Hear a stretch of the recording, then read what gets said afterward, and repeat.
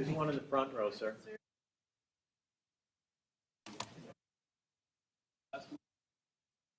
Yeah.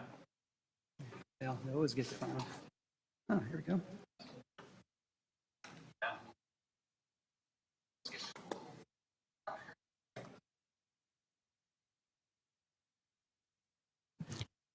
Again, we don't permit signs in the council chambers. You're welcome to do out in the hallway, and we can't have you standing in the doorway. So come in, or go in the hearing room, or the community room behind us. Is there a chair next to you, ma'am? Yeah, we got one there in the third row.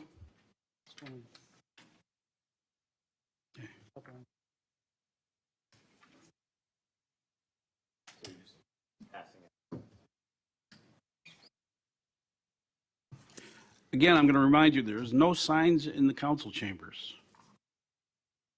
Thank you. Those are signs. You're really not going to do this, are you? Officer?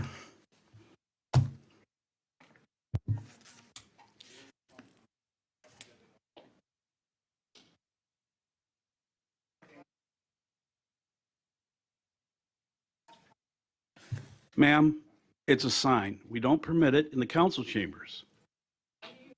I told you exactly. Why do you not want the public? No, why do you not want the media to know that you're all opposed? Everybody here is opposed.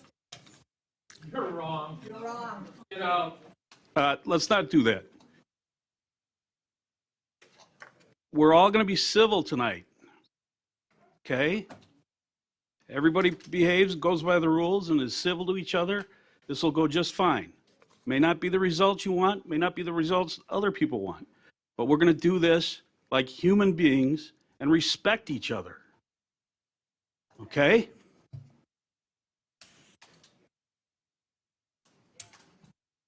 Start off the meeting like that. That's really good.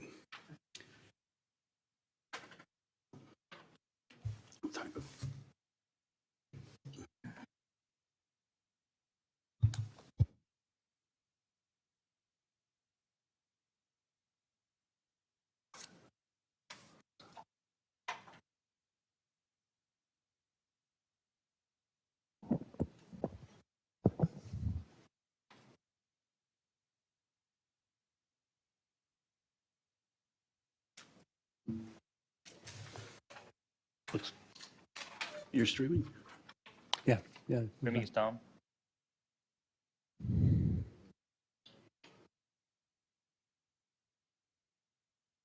I have my hammer.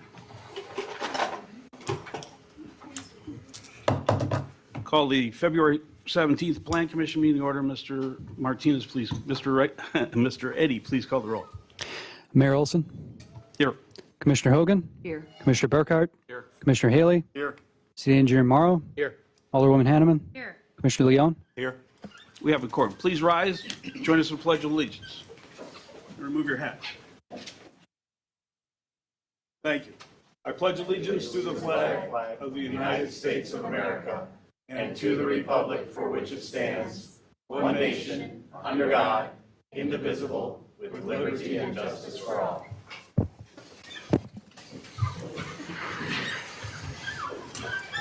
First item on the agenda is approval of the regular meeting minutes of January 20th. Any additions or corrections? Move to approve. Second. Hogan and Hanneman, all those in favor signify by saying aye. Aye. Any opposed? Motion carries. Approval of the regular meeting minutes of February 3rd. Any additions or corrections? Move to approve. Second. Hanneman and Hogan, all those in favor signify by saying aye. Aye. Any opposed? Motion carries. Move on to business, public hearings and business matters. Tess Creek's Estates Single Family Residential Subdivision Development. This is a comprehensive master plan, a rezoning, a special use, and a preliminary plat application by P. Kenneth Survey. Mr. Eddy. I'll read the public hearing notice for the rezoning. Do you want me to read the special use notice for the public hearing for the? Yeah, I know. Do you want me to do that? Do you want to? Are we doing these separate? Okay. All right. City of Franklin Plan Commission will hold a public hearing on Thursday, February 17, 2022 at 7 p.m. in the Common Council Chambers at Franklin City Hall, 9229 West Loomis Road, Franklin, Wisconsin, 53132, to take public comments regarding an application by P. Kenneth Survey Investments LLC on property owned by Forest Home Investors LLC to request approval of an ordinance to amend the Unified Development Ordinance zoning map to rezone a certain parcel of land from R3 Suburban Estate Single Family Residence District to R8 Multiple Family Residence District, a total of 3.15 acres of a parcel identified as tax key number 75190010000. This public hearing is being held pursuant to the requirements of Section 62.23, Parent 7D2 of the Wisconsin statutes and Division 15-9.0200 of the City of Franklin Unified Development Ordinance. A map showing the property affected, full legal description, the application and all supporting materials are available for review and may be obtained from the city clerk by way of request to the Department of City Development at Franklin City Hall, 9229 West Loomis Road, Franklin, Wisconsin, 53132 during normal business hours. A copy of the proposed ordinance in draft form is available and open for inspection by the public in the office of the city clerk at Franklin City Hall, 9229 West Loomis Road, Franklin, Wisconsin, 53132 during normal business hours. Public is invited to attend the public hearing and provide input. The proposed ordinance amendment is subject to revisions following public hearing and the further consideration by the Plan Commission and the City of Franklin Common Council.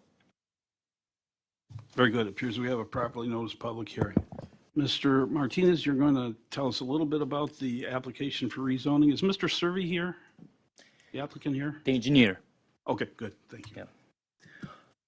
Good evening, Rebel Martinez, City Development Department. I will give a presentation of the overall project with the 4 applications that I will explain later. So this is the site is approximately 10 acres. What is being proposed is a residential single-family subdivision with 17 single-family residential lots. This property is approximately half-mile north of the village of St. Martins. That will be approximately here. Access to Forest Home through the Pacific Street right here. There is a fuel substation there that I will explain later. And there is an adjacent trail that comes from St. Martins. Okay, so this site consists of 2 properties totaling 10 acres, approximately 5 acres, each property with different zoning designation that I will explain here. So that's why we have 4 applications here tonight. So the first application is a comprehensive master plan amendment to change approximately 3 acres from, that is this area here in yellow, from residential to residential single family. That is because the site has 2 different residential designations. One is the RA that allows for multifamily development, and the other one is the R3 that allows for single-family development. So the Unified Development Ordinance does not allow split zoning. I mean, properties having multiple zoning designation. That's why the applicant has requested the rezoning to have all the residential area to be R8 only, and the areas that are part of the floodplain will remain. So there's no impact proposed in the floodplain area. So going back, so then we have the comprehensive master plan amendment, the rezoning that we have a public hearing tonight, because it's from the R3 Suburban Estate Single Family to the R8 Multiple Family Residence District. And the other application that we have is public hearing tonight is the special use, because all residential development in the R8 district require a special use permit. And finally, the preliminary plat for the residential subdivision. One thing I would like to clarify that even if the rezoning is for R8 multiple family, the proposal is for single family, because the R8 allows for single family and multifamily. So I would like to explain the special use. There are 2 concerns with this site. One is the fuel substation that we can see here in the picture, and the fuel line easement going east. This will go east and then finally will end in the airport, Milwaukee Airport. So these easements, it's across the entire site.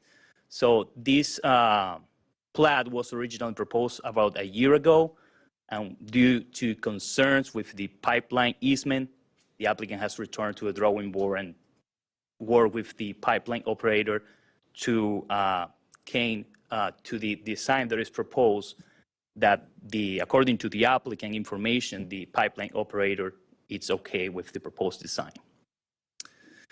And the other important fact here is that this is an aerial of the site in 2005. So it is what is listed in the Wisconsin the DNR, Department of Natural Resources, as a brownfield site, remediation and redevelopment site. So the applicant is working with the DNR for the environmental cleanup to have this area ready for residential development. There is a letter in your packet. It's a letter from the DNR about risk of vapor intrusion for occupied buildings. So the applicant will need to close that case with the DNR prior to the development. So that is one of the conditions for the special use. Okay, so for the preliminary plat, Mr. Martinez, just to be clear, you're talking not only about the zoning, which is what our public hearing is, but you've also highlighted the special use application, and now you're going to highlight some things on the site. on the plat, yeah. Okay, so we're rolling some things in together, but we're going to be under a public hearing for zoning. So, Right, yeah. Yeah, my presentation is about the entire project. The preliminary plat, so there is the new street, that is the Tess Creek Street, that will start here from the West Pacific Street. This is the current situation. This is Pacific Street, so then we'll have the new Tess Creek running to give access through to the 17 proposed residential lots. The length of this street is 790 feet. That is just below the maximum 800 feet for what is considered a cul-de-sac street. But this will not be a permanent cul-de-sac. It will have a temporary turnaround easement here, and in case of future development in the adjacent property, it could be extended. Go to, okay.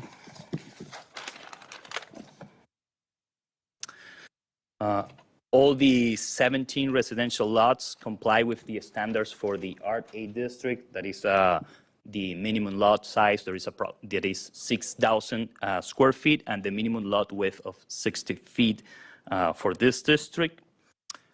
During the staff review, we have concerns about these three lots, lot 13, 14, and 15, because the building pad was of a regular size, so we don't want that the future property owners has problems trying to fit a single-family home there, and they will need to apply for variances. So the applicant has explained that this building pad will fit as a standard single-family home. For example, there are over 2,000 square feet, and the minimum living area required per the Unified Development Ordinance is 1,250 square feet. So that will allow for a standard single-family home. This is the landscape plan. Even these lots about the Forest Home Avenue, they will not have direct access to West Forest Home Avenue. There is a landscape buffer all along the West Forest Home Avenue. That is also a requirement of the Unified Development Ordinance, except the area that is the field line easement. For pedestrian amenities, there is a proposed sidewalk on one side of the new Tess Creek Street, and there is also a recreational trail from the Tess Creek Street to Forest Home Avenue. This was added to the original design based on comments received from Milwaukee County. With regards to natural resource impact, there is no impact to the floodplain or to the wetland setback. The only impact is approximately 754 square feet of young woodland. That means that is 1.9% of the total young woodlands on this size. The maximum impact is 50%, so it's way below the permitted impact. So staff is recommending staff is recommending approval with conditions of the 4 applications. The conditions applied only to the special use and the preliminary plat. I'm happy to answer any questions that you may have about the conditions of approval. Okay, so we're talking about the zoning right now. You're from the engineering firm? Please come on up, give us your name and address, and tell us what you'd like to tell us about the zoning application. You can have a seat at the table. Yep. My address is not in Franklin. Doesn't matter. Okay, my name is Randy Bruckner. I'm with CJ Engineering. My address is North 85, West 14165, Fond du Lac Avenue in Menominee Falls. I've been working with Ken Surrey on this project for about 3 years. We were also the firm involved when Wimmer Properties wanted to develop this as a multifamily. That was before the Great Recession, so that project did not go forward. Okay. Any questions from the commission to either staff or the applicant? Okay. So with that, I will open the public hearing. Is there anyone wishing to speak? And let me give you the ground rules. We're doing 3 minutes, one time through, which means you get one time. 3 minute to speak your piece. We ask that you give us your name and address for the record. Speak to me and tell us what you want to tell us. Anyone wishing to speak on this matter? On this topic? Anyone wishing to speak? Seeing no. Alderman Willem. A couple questions came up with the presentation. Will this have a homeowners association? And if so, who will be responsible for the trail? I'm going to guess they'll be responsible for their own stormwater basin and the gas line maintenance because it's in some of the lawns. So I hope you'll address that question as you talk amongst yourselves. It appears to meet the UDO intent from what I could see. It has some really positive natures, most in regard to meeting the intent. It has some desirable options for the infill into this area seems to be very suitable. I prefer the infill rather than the sprawl type of thing. I like the trail lengths. Has a little bit smaller home, so it hits that smaller home market. But I have some cautions and concerns, especially related to the contamination with the DNR letter, which states that it has toxins that were previously understood at the risk proposed by the TCA vapors requires an immediate response when women of childbearing years are present.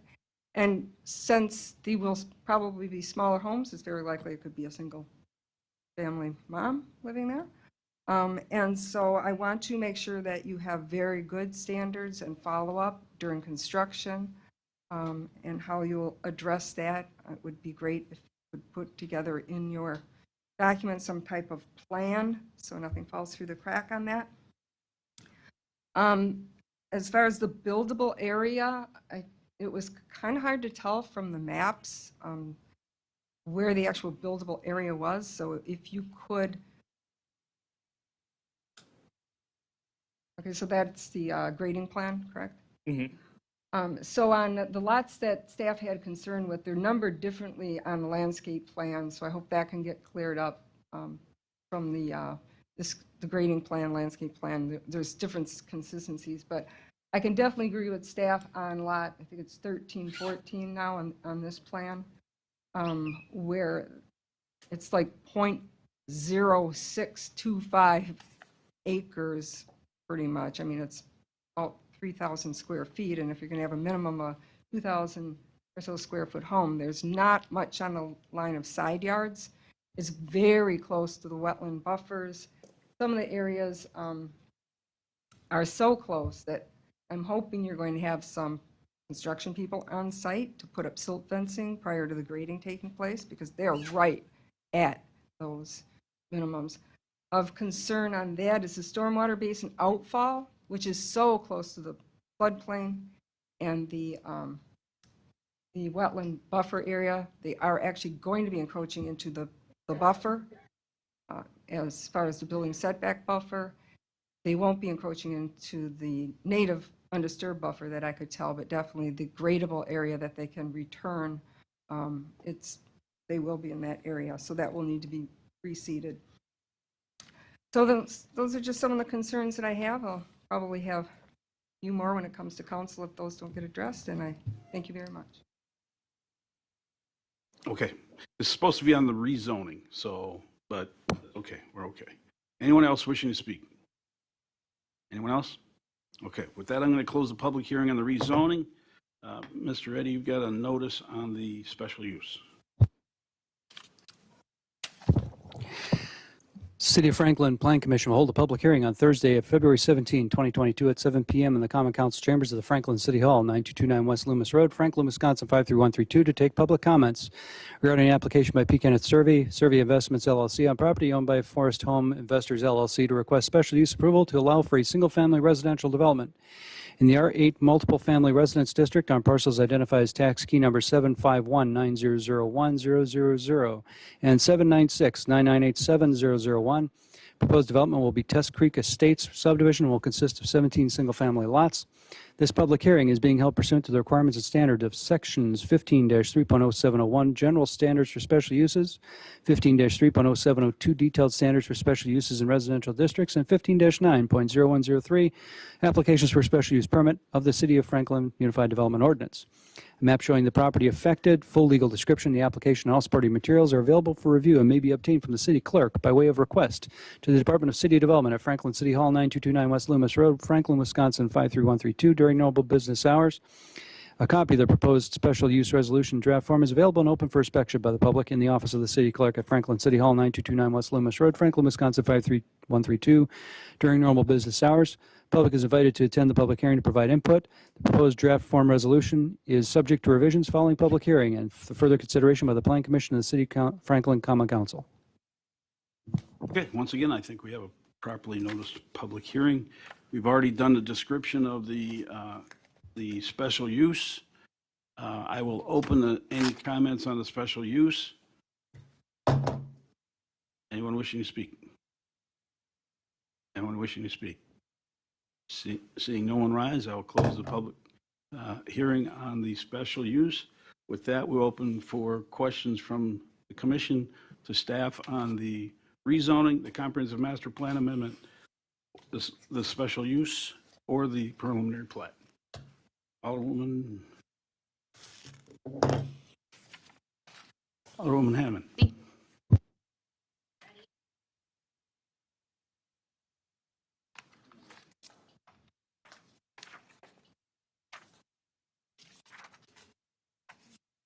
And this is a more general question, but I've always been perplexed by the fact that any residential use in a residential zone is a special use.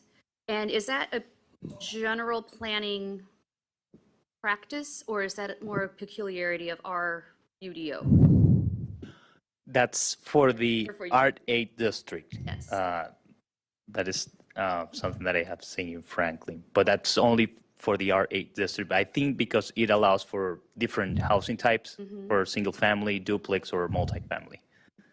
So any residential use in the R8 district requires a special use.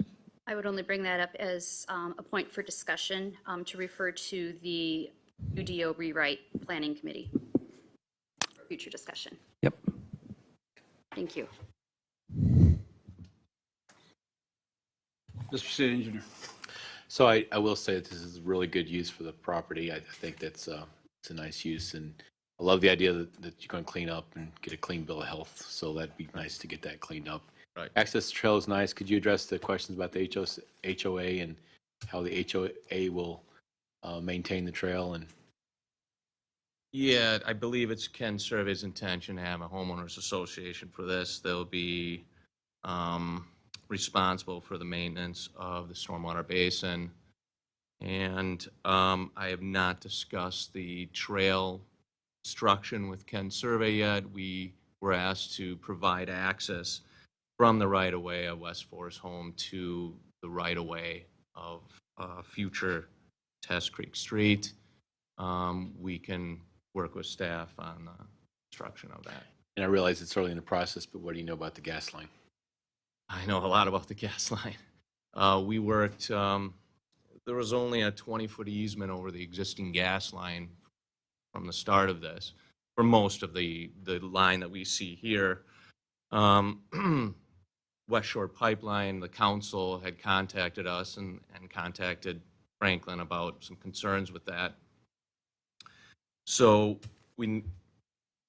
working with the council, we expanded that 20-foot or 10-foot on that side to an additional 30 feet to make the minimum front setback to be 40 feet from the pipeline. And they were very receptive to that. And along with a list of requirements they have that will be required to get their approval, prior to any approvals we even get from here. So that would be one of our next steps to get. Okay, that's all I have. I would also like to maybe add that Ken Survey is also working with a firm to remove the contaminated soil that was in that report and haul it away to a satisfactory dump site. Commissioner Haley. Thank you. Again, I like the idea of this whole project infill. It's been before us before. We had concerns about the pipeline. It looks like you've gotten beyond those. We've always had concerns about the northern lots. They're a tight fit, but looks, at least on paper, like you could make that happen. Two issues that I'd like to get a response to. One, the bike trail easement does not show up on the CSM. So I think that's it shows in some of the other plans, but it's not on the CSM. My thought is it needs to be there. CSM has been approved for this. It'll be added on the final plat. Final work. Okay. Then the other one is the conditions about remediating the site. I think we're putting in a bit of a logistical quagmire there. The statement is that the applicant must obtain the final case closure of the Rawson contractor's yard prior to approval of the final plat or any land disturbance activities. My guess is that the remediation is not going to be quick, nor easy, nor cheap. Because it's not just removing contaminated materials, but it's the other stuff in the soil. So, and it will require ground disturbing activities. So we're sort of hobbling you by saying you need to comply with the DNR, which I agree with 100%. Right. But I'm not quite sure if you've initiated that, what sort of a timeline. Is it doable? Or is the whole project on hold for 3 years while we're it's done? No, from what I understand from my conversation with Ken's consultant is it's more superficial, depths of mostly 2 feet and only in certain areas. So this will be something that he would be able to get done this year, close the case, and then proceed with this. It is not, from my knowledge, a very depth or deep type of contaminated soil. Okay, well, I read the DNR report, and it's not pretty, but it's not the worst that's out there. Right. I guess, has there been conversation about the scope? It's probably got to be a bit more than just excavating and removal. There's going to want to be some ongoing monitoring Yeah, program there'll and be all some that. monitoring, and he has to, I mean, this is part of the case closure with the DNR. And, he has to go through these motions in order to close this case. He's just going to have to follow their guidelines. Okay, and the suggestion is that he get on that. Yeah, absolutely. I think that's one of the advantages Yeah. of this project is we're getting to clean up, we're getting some nice infill, and Yep, hopefully it's the next step in the future of the subdivision. absolutely. I guess with that, I'm okay. Anyone else? For people in the audience, some of the items that Alderman Wilhelm brought up will be addressed at a different time on the site plan that's not part of our discussions tonight. Anybody else? Mr. Eddy, you have 4 proposed motions. I'm assuming I'm doing one at a time? Okay. First motion Motion to adopt a resolution recommending the adoption of an ordinance to amend the City of Franklin 2025 Comprehensive Master Plan, change the City of Franklin 2025 future land use map for a portion of the property located at 11595 West Forest Home Avenue from residential use to residential multifamily use pursuant to Wisconsin statutes section 66.10014B. Is there such a motion? Is there a second? Second. Hanneman and Leon. All those in favor? Aye. Any opposed? Motion carries. Mr. Reddy. Get to the next one.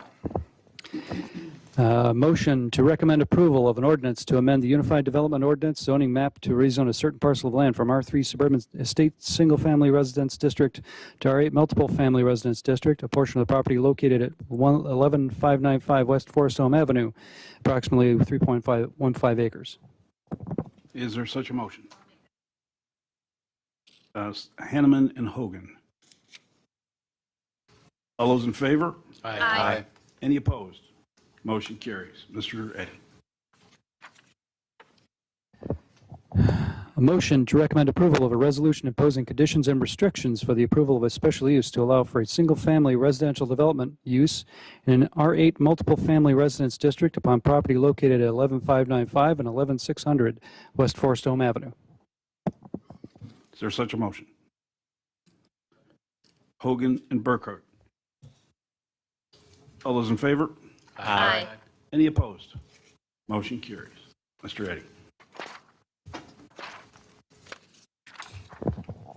Motion to recommend approval of a resolution conditionally approving a preliminary plat for Tess Creek Estates subdivision at 11595 and 11600 West Forest Home Avenue.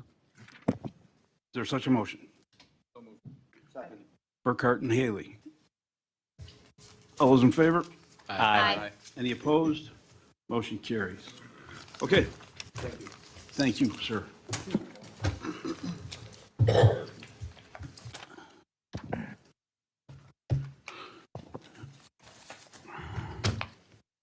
Get rid of that.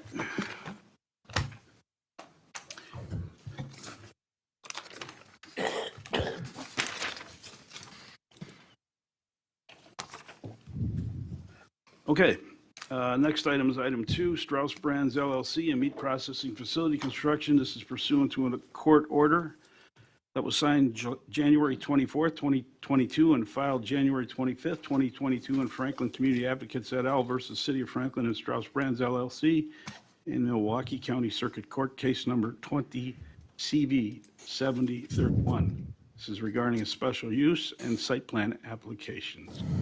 Mr. Eddy. Excuse me, I'm sorry. Mr. Burkhart. For the record, I'll be abstaining from this agenda item. Thank you very much.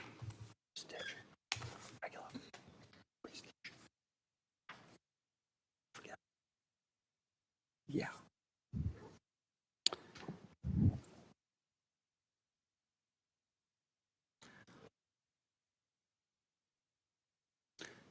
Okay.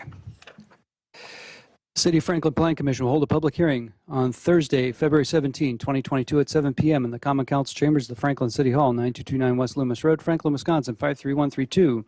Take public comments regarding an application by Strauss Brands LLC on a property owned by Strauss Investments LLC to request approval of a special use for a use classified under Standard Industrial Classification Title Number 2011 Meatpacking Plants for construction of a 152,035 square foot total building footprint of a single-story building meat processing facility staffed by approximately 261 employees in the production area and 11 employees in the office area, designed to process 250 to 500 head of cattle per day, including cattle pens, harvest floor, carcass coolers, fabrication areas, packaging areas, warehouse areas, shipping docks, operations offices, employee welfare spaces, and associated mechanical support facilities and spaces on a parcel located at the southwest corner of the intersection of West Loomis Road and Monarch Drive, Lot 83 of Ryan Meadow Subdivision, approximately 30.2 acres.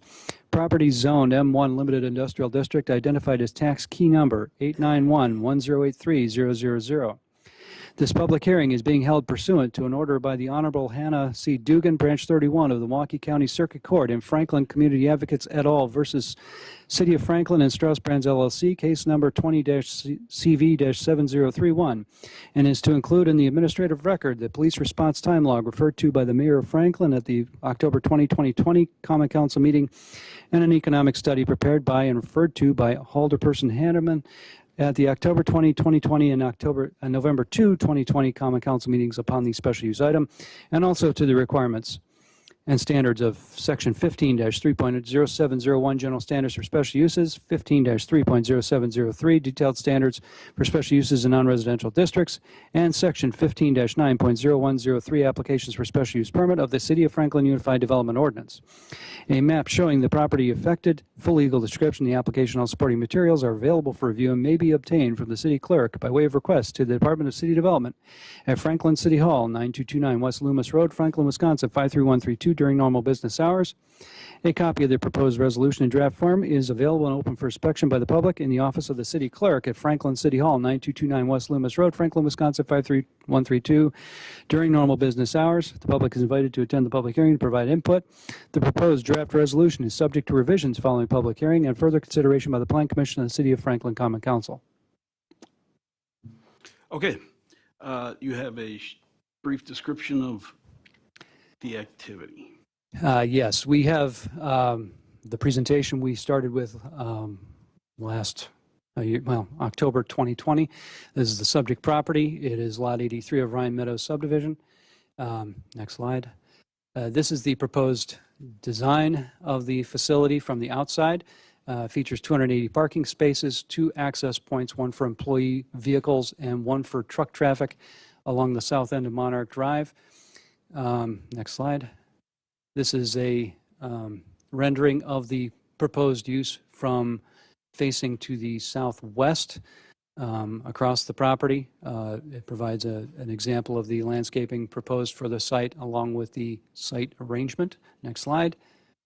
This is the close-in version. Next slide. Labels.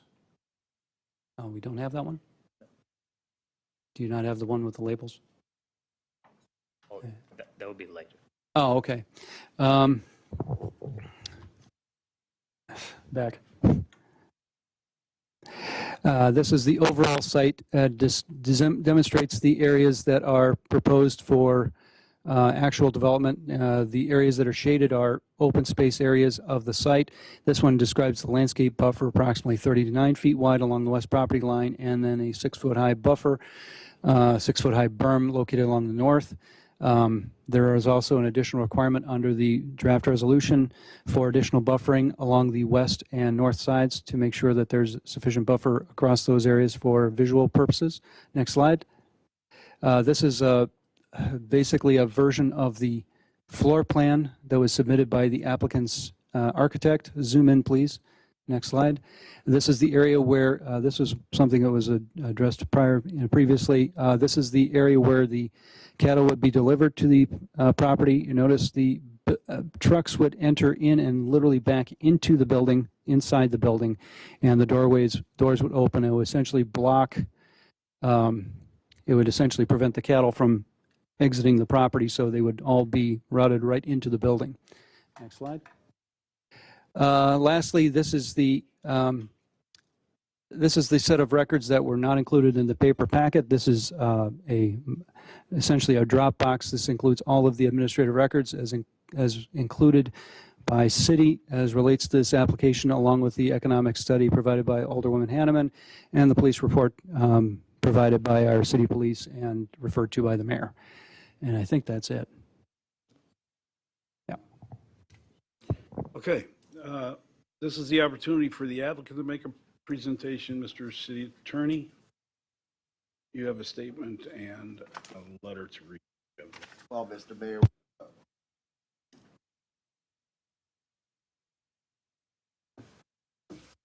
with regard to the administrative rules for the commission, there is a provision with regard to public hearings that the applicant shall make a presentation.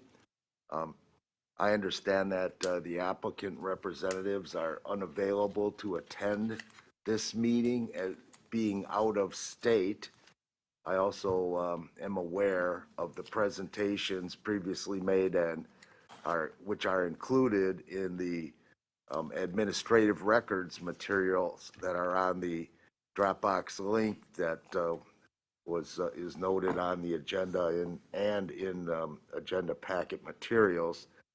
So in that regard, with regard to the administrative rules, suggestion would be, as Plan Commission does have an authority to amend rules with certain exceptions, this not being one of them.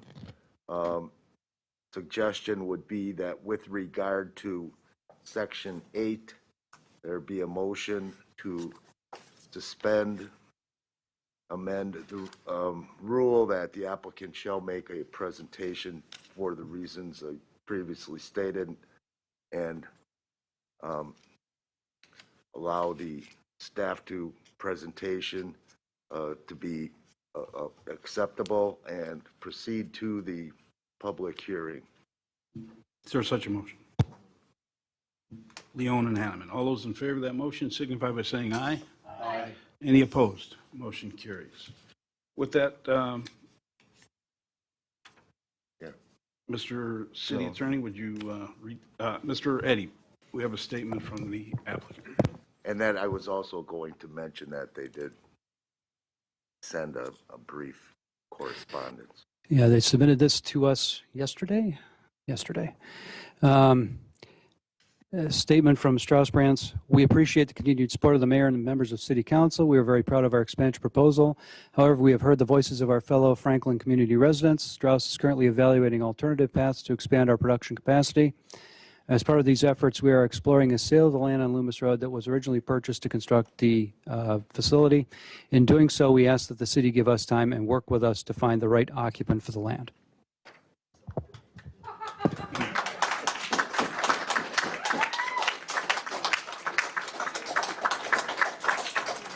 Folks, I appreciate that you're happy. That's fine. But the rules here are no clapping, no celebrations, no interactions between each other. It's just out of respect for each other, because there are people here that do support the facility, just like there are people here that don't. So let's be good Franklin folks and respect each other, all right? This does not preclude the continuation of this public hearing. It's ordered by the court. So we are moving forward, okay? So, any questions from the commission to staff before we open the public hearing? All right, ground rules for the public hearing. You should have all heard this before. I want your name and address. I want you to speak clearly to me. No personal attacks. No side comments, no back and forths. We want you to do 3 minutes and 3 minutes only. You will be timed. You get one time through. We want you to stay on point. No wandering off stay on point. Again, no personal attacks. Avoid repeating comments. To have 50 people come up and say I'm opposed, that's just 50 people saying opposed, and we've heard it. So, speak to me. Don't take comments to our other commissioners. And again, no clapping, no outbursts. Please hold the side comments to yourselves. Treat each other with respect, both ways. Okay? We all got that? Did pretty good the last 2 times. I was pretty proud, except for a couple of instances. And for those of you here, I apologize that the meeting started off the way it did. That's a shame. Let's be better this time. Okay, with that, I'm going to open a public hearing. Any persons wishing to speak, you can line up if you like, whatever you want.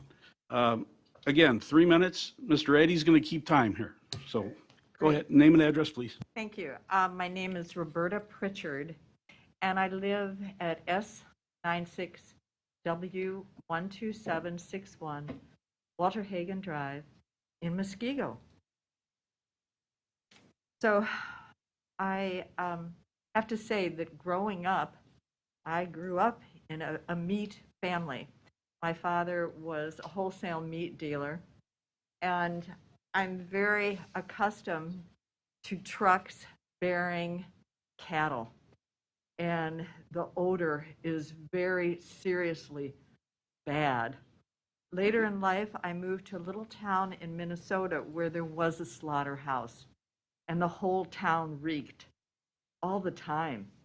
This was very unfortunate for everyone, and I'm really glad we moved away and we're here. Finally, I want my home to appreciate and value. And I imagine that, Mr. Mayor and City Council, that you would want your home to appreciate and value as well. We live just 3/10 of a mile from this location that's being discussed. The value of my home will certainly decrease.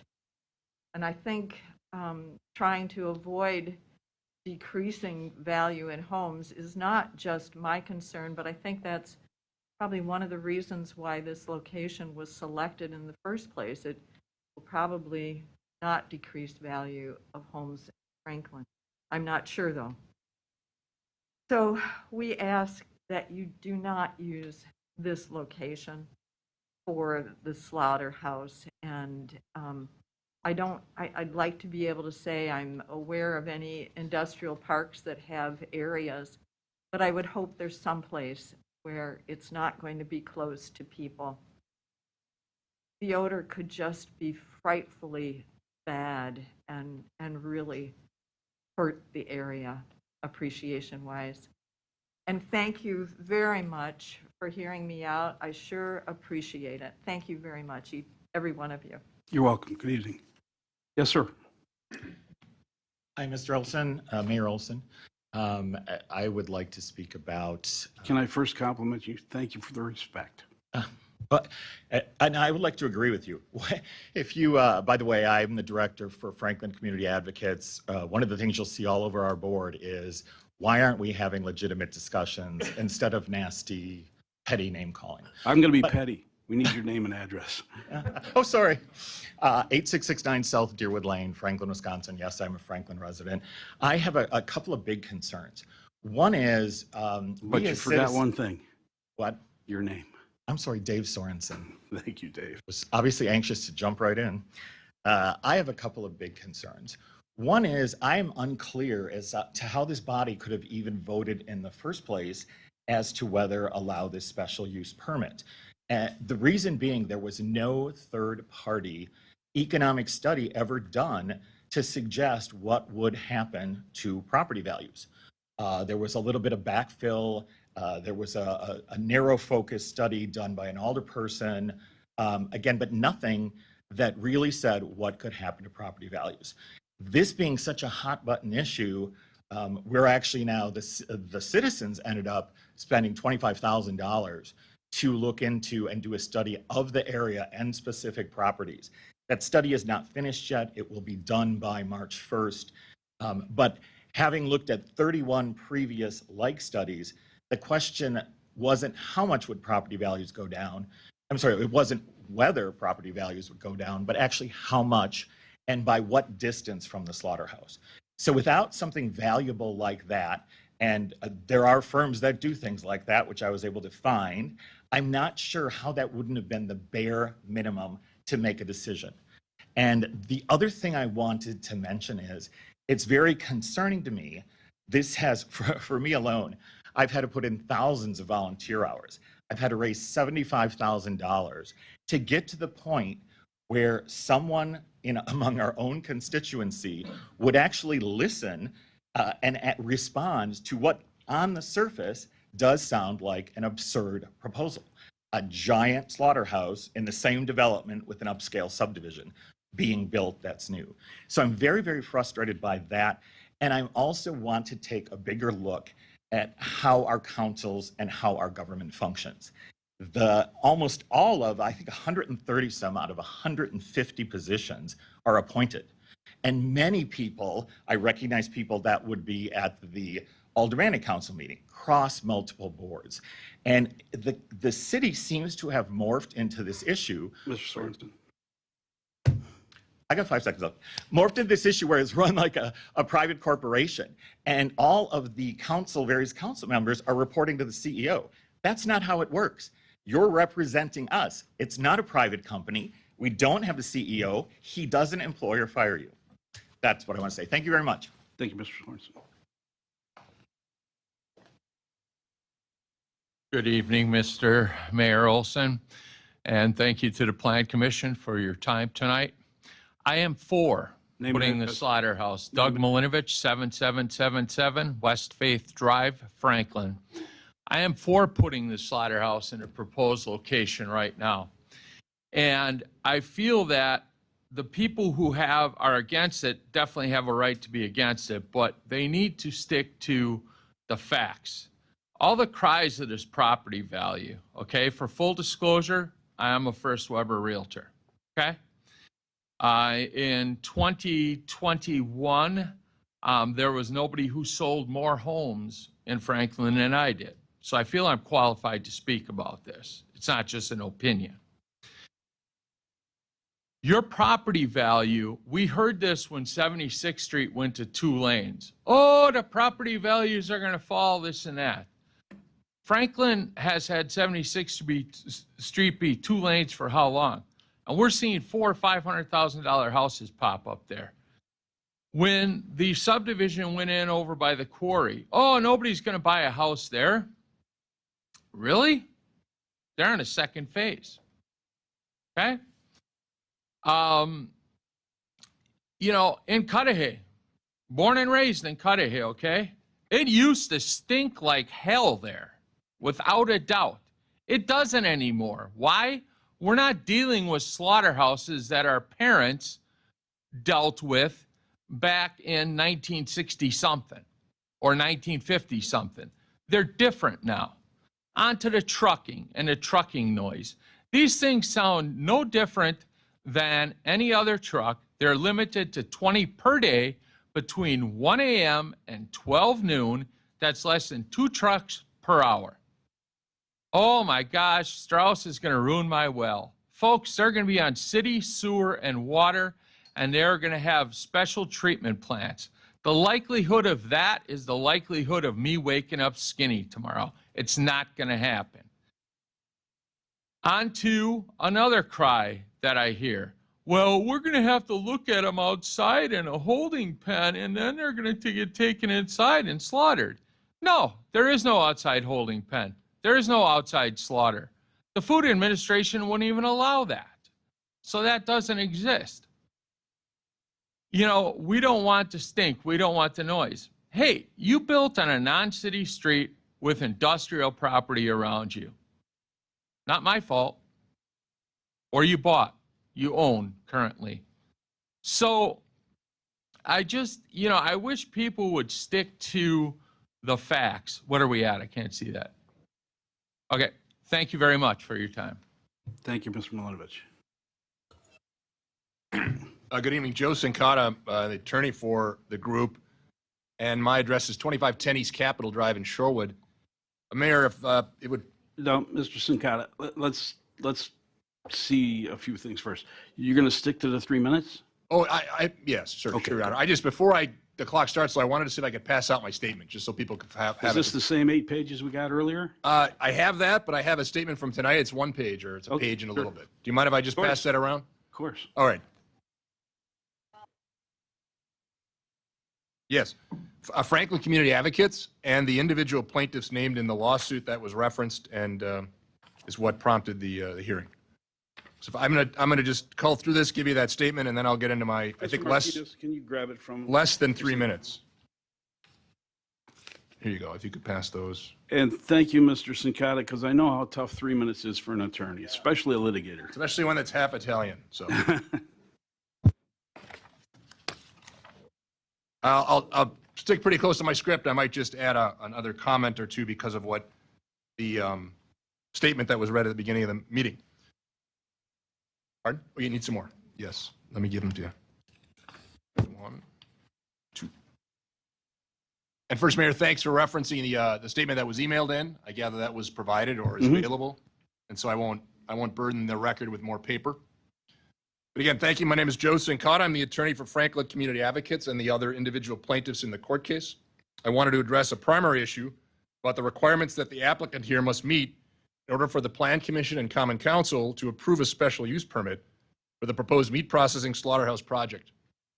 As part of that, I want to confirm that under state statutes and the city's ordinances, the Plan Commission is set up to be a neutral, non-political body that reviews projects in order to verify that the proposed project is in the public interest.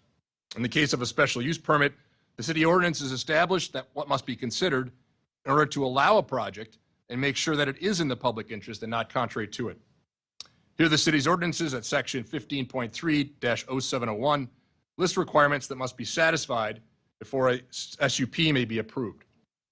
A key provision is that the proposed project may not substantially diminish or impair property values of surrounding properties. Again, this is specifically required in the ordinances and is obviously to protect neighboring property owners and taxpayers. What is also important to understand is that SUPs are not presumed to be appropriate. Even if a particular zoning district allows for a particular special use, there's no presumption that the special use should be granted. The proposed special use must fit into the particular site and location. That is why the ordinances require that each project be reviewed on its merits and that it satisfy the ordinance requirements. What the state law requires, which you may have heard referred to as Act 67, is that the applicant, which here is Strauss Brands, must provide actual facts and information that is sufficient to demonstrate that the proposed project satisfies the ordinance requirements. Here, there is nothing in the current record that provides sufficient facts and information that the proposed project will not diminish and impair property values of the adjacent and surrounding properties. It is important to understand that it is not FCA, Franklin Community Advocates, or the neighboring property owner's burden to show that the project will diminish surrounding property values. It is the applicant's burden to show that it will not. I believe that's the fair reading of the language of the ordinance.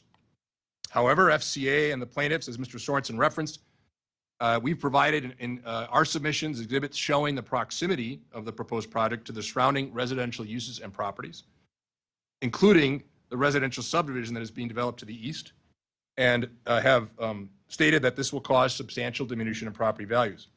We will also be submitting a formal expert analysis prepared by a well-known consulting firm that addresses the extent of the devaluation that will occur and also the loss of tax base to the surrounding properties. A bit off script. The issue may not be that homes won't sell. They will not increase in value as much, right? That's always a thing that's brought up. Well, people will buy them. And I got one paragraph.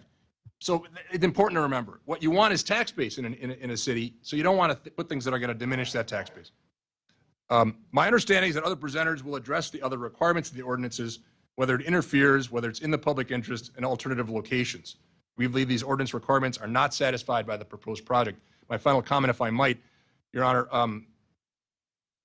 just for the record, and Mr. Wesolowski will understand, given the applicant did not present today, we would reserve our right to argue in the court case and generally that that does not satisfy the ordinance requirements, notwithstanding the Plan Commission's amendment of its own rules tonight. And we think that would be consistent with the court's order. I say that for the record. I would imagine we're not going to have a lot of discussion on that.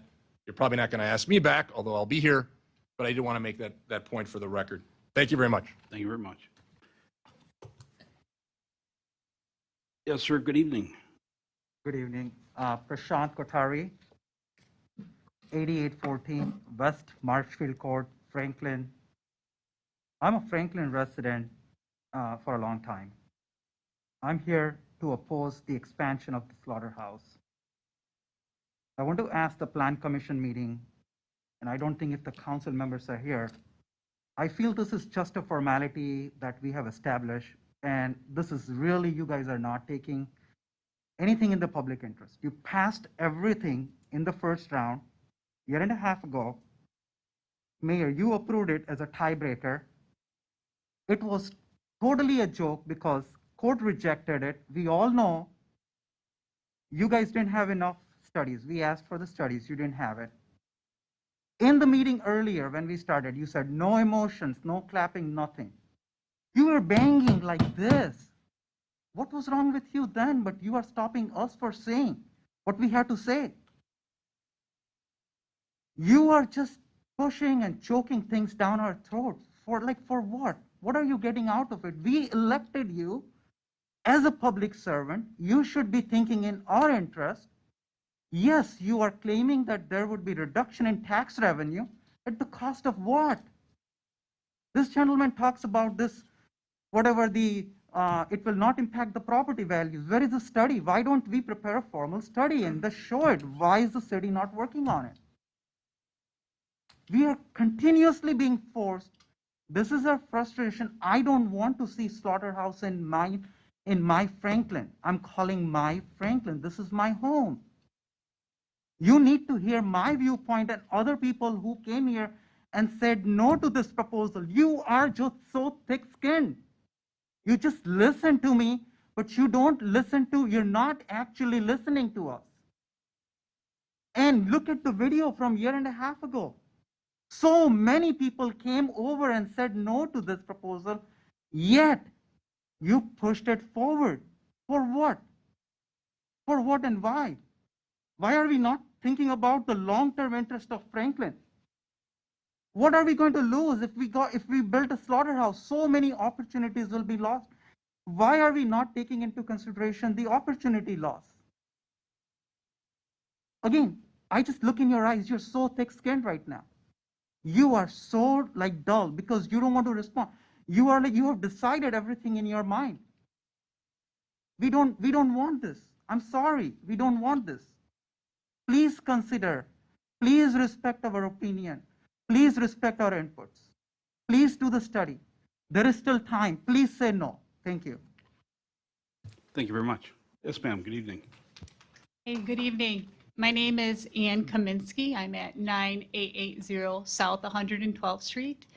My family and we live about 1,500 feet from the proposed location, and I'm very strongly against the location for this slaughterhouse. I'm very concerned about the well-being of my family. I'm very concerned about the well water that me and my neighbors are all on, and the amount of waste that this will add to the landfill that is right down the street from us. So right now, the landfill, they have a societal contract with the residents in the area, about a half a mile, residents that live about a half a mile from the landfill. The dump has a contract with them that if they can't sell their house, the dump will pay market value for their house. You know, what has Strauss done to show us that we are going to be okay? You know, where is the societal agreement with us that, you know, our health and well-being is okay? I just strongly oppose this in Franklin, or the location. I just don't want it right there, 1,500 feet from our house. Thank you.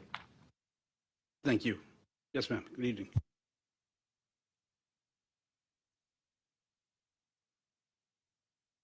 Danielle Kenny, 12302 West Loomis Court, Franklin, Wisconsin.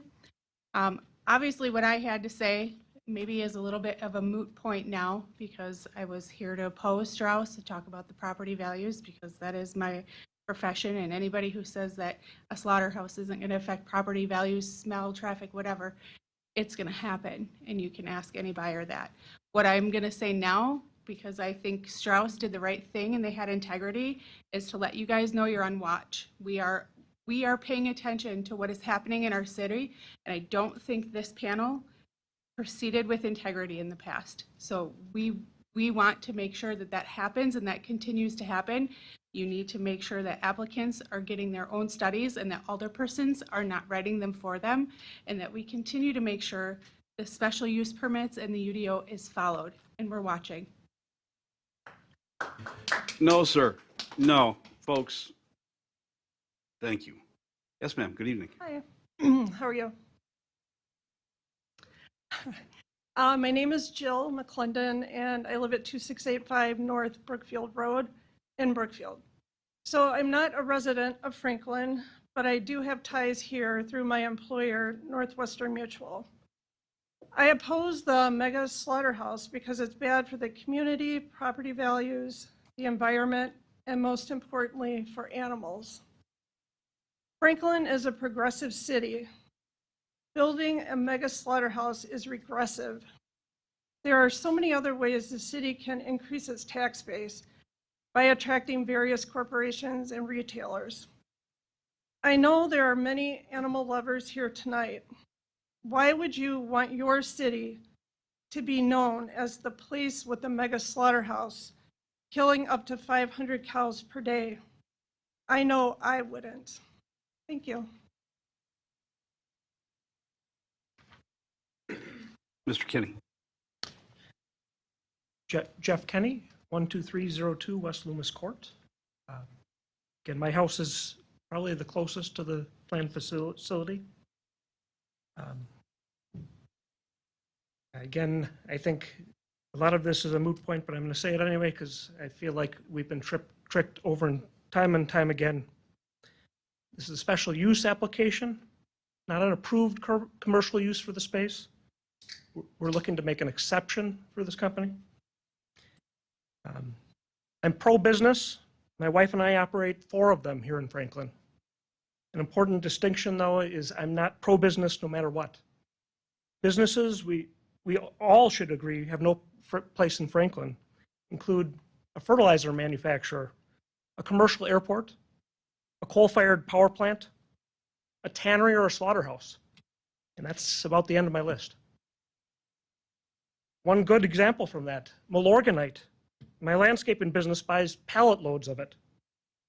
Best fertilizer out there. But when I go by their plant on the Hone Bridge, I hold my nose half the time. That does not belong in our Franklin. So November's judgment against the city ruled that past efforts were rushed, avoided due process, and the application should never have been pushed forward to the Common Council until all supporting information was provided. In Mayor Olson's own words, supporting information is the responsibility of the special use applicant to provide and bring forth to the Planning Commission. To date, this commission has reviewed from the applicant their detailed buildings and site plans. And again, that's about it. No site studies or documents that were of any value that I saw. Outside of the applicant provided information, I've recently seen a statement issued by Franklin's own city assessor on house values not being affected. Quite unusual that he took it upon himself to write that. I've also seen an 8-page financial impact study drafted by Councilwoman Sherry Hanneman. Again, unusual to be provided by an involved staff member. Both documents 100% biased, city provided, not from the applicant. They need to be omitted if we ever get back to considering this matter.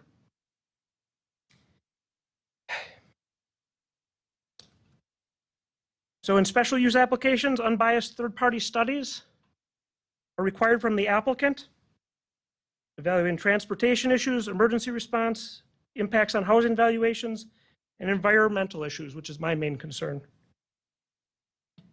This particular smell mitigation system never been tested. I would like instead an example of a slaughterhouse that does not smell. Mr. Kenny, your time's up. Thank you. Thank you, sir. Yes, ma'am. Good evening. Hi, Rachel Gale, 8671 South Deerwood Lane. Slaughterhouses are bad for communities, for workers, for animals. It's the worst job that anybody can have. The jobs are filled by non-English speaking people that are exploited by Strauss. Research has showed that these are the most dangerous jobs. There's a very high rate of injury. People get PTSD. I don't know why Franklin wants this. It's terrible for the environment, for property values, for all the reasons that people said. And I just wanted to say that I'm opposed to this, and that I hope that this doesn't happen in Franklin. Thank you very much. Yes, sir. Good evening. Good evening, everyone. Vishal Gala, N30W23066 Pineview Way, Unit 2, Pewaukee, Wisconsin. I'm here as a board member of Jain Religion Center of Wisconsin. We have our members in Franklin and nearby areas. They wrote to us saying they are very concerned about the environment because animal agriculture and slaughterhouses are one of the largest producers of greenhouse gases and is the #1 polluter of water, and it negatively impacts the land quality. In addition, they reached out to us saying their property values are also going to be diminished because of this. More so, the quality of life. They do not want to have a slaughterhouse in and around this area because the working and living around a slaughterhouse is as gruesome as you can think so. And in addition, as Jain Religion Center of Wisconsin, we basically believe in nonviolence, and we request you to think about all those animals that are going to be slaughtered each day. We have pets in our homes. We care for them. We have them as our family members. There is no difference between the cats and dogs that we have versus the cows and the cattle that are going to be slaughtered.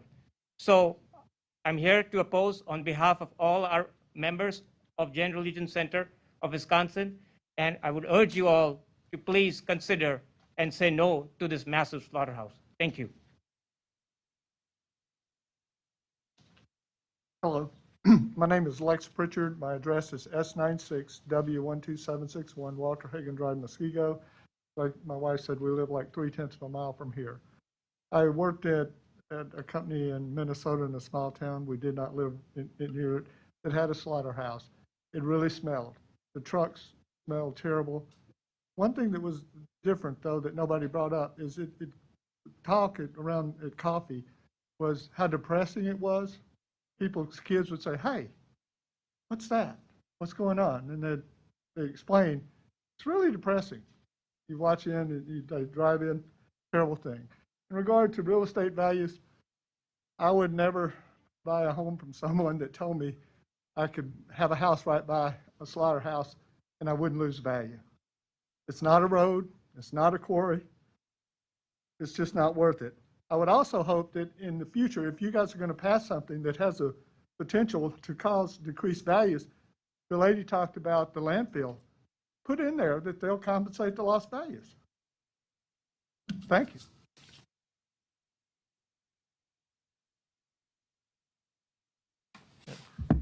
Hello, my name is Jesse Schmidt, and I live on 8827 West Morning Dove Court. And I'm here to oppose the slaughterhouse because of environmental reasons and animal rights issues. And okay. Get my phone out here. Speaking about the trucks are they go from the feedlot to the slaughterhouse, and that's a lot of gas, and it spews up into the air, and a lot of methane comes from the cows, and it's just pretty bad, and it's disgusting. Thank you.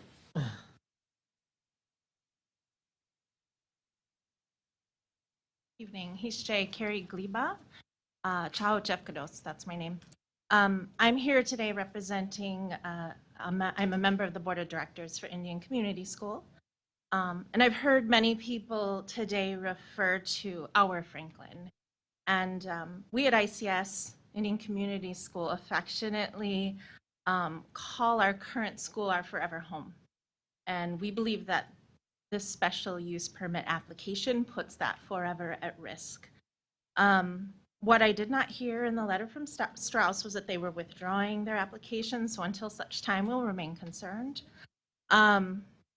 We're concerned about protecting the health and welfare of our students, staff, families, the land, water, plant, and animal relatives. What we value and what we pray for is the future and health of all of those things. And what we hope will be our forever home here in Franklin. And so we do have a number of concerns. They've been articulated in letters previously. They've been submitted for your review. We are reaffirming that the school believes the concerns and objections raised in the letters have either not been addressed or have not been adequately addressed, and therefore the school is recommending that the Plan Commission reconsider its prior decision and deny the special use permit for the construction and operation of a large-scale slaughterhouse by Strauss Brands. And thank you so much for your commitment to this community, for visiting the school, Mayor Olson. We appreciate the relationship that we hope will continue to be strong.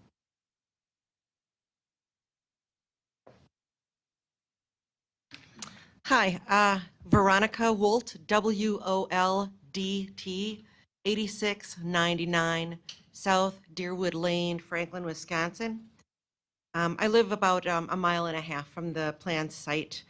And I was actually the first resident in Wood Lake Village back in 2004. And the reason that I chose it, I was looking at two different condo developments. And the one that I did not choose, the reason I didn't choose it was because my buyer's agent at the time, my real estate individual, was telling me about some planned development that was going to go around that one. I can't tell you how fortunate I was that he happened to have that knowledge and was ethical enough and honest enough to share it with me to help me make the decision to move to Franklin. In viewing the websites for Carrick Homes and Harbor Homes, I did note that there was no information as to any planned development outside of the area. And I did contact both of them last Saturday via email, just asking them if this is something that they do bring up, when they are talking to individuals that are interested in maybe purchasing a home there. I have yet to receive a response. Anytime I think about the number of times my friends and family have told me to move from Franklin, I just have to keep telling them, you don't understand. I love my neighbors. I love the area. I love how close I am to everything. The wilderness that's here, the paths that I can go on, the proximity to Milwaukee, and yet the safety, that we have here. And also, I have to say, the leadership of our board of directors. I've been very proud to be a Franklin resident in the past, and I'd really like to continue being a very happy Franklin resident. I just wanted to be on record to reject the planned development of the slaughterhouse. Thank you. Hi, thank you, Mayor Olson. My name is Ruth Hozeska. I live at 8243 South 88th, and I guess I came tonight. Usually I work PM shift, but I came because I was concerned about this. I think the times are changing. Corporations used to be able to come in and just do whatever they wanted without thinking about people or the environment. And I think now we have to take that into consideration anytime some new project comes aboard. And I guess I wanted to say I'm very disappointed in all of you because I thought it was bad enough with Trump organization being so dishonest and breaking the rules and trying to deny any corruption. And I don't want to see that here in Franklin. I want you guys to be straight up about things. And I really want you to take into consideration the people. I want to see a Franklin that you have you have the reduced pollution as far as sound and vision and smell. And I want to see a progressive community with trees and people want to move in because the kids can have a healthy environment. I'm not saying you can't have businesses in here or big businesses that might cause some pollution, but just do it in a different area. We can be so much more progressive. So like I said, I'm really disappointed because I do not feel integrity was used here. And I think it was voted on too fast. And city officials are too quick to say the words tax break and what's the other thing they say? They say tax break and they go no further in their investigation because people don't want to investigate. Thank God people took and got the attorney here to do that, to say, hey, this has to be looked in farther. So you have to do what they call critical thinking. Critical thinking means no ignorance. It means looking into things and researching it thoroughly. And you guys missed on that big time. I'm a little nervous right now. I feel really strongly about this, and I hope Franklin can move forward. I think Madison is a great community and well-respected nationwide for its progression, and I think Franklin can do the same. Let's just not rush to build something just to get a tax break. Thank you. Oh. We are not residents of Franklin, but since my daughters have heard about the slaughterhouse, they wanted to come and talk to you about it. If you could. Okay, name is Frail and Zeal, spelled as Freyel and Zeel, Zeal. I'm their father, Chinton, and my address is 2156 Hunters Lane in Grafton, Wisconsin. Shah, S-H-A-H. Good. I just wanted to say that, can you please stop the slaughterhouse because the slaughterhouse is killing innocent animals? Okay. Thank you.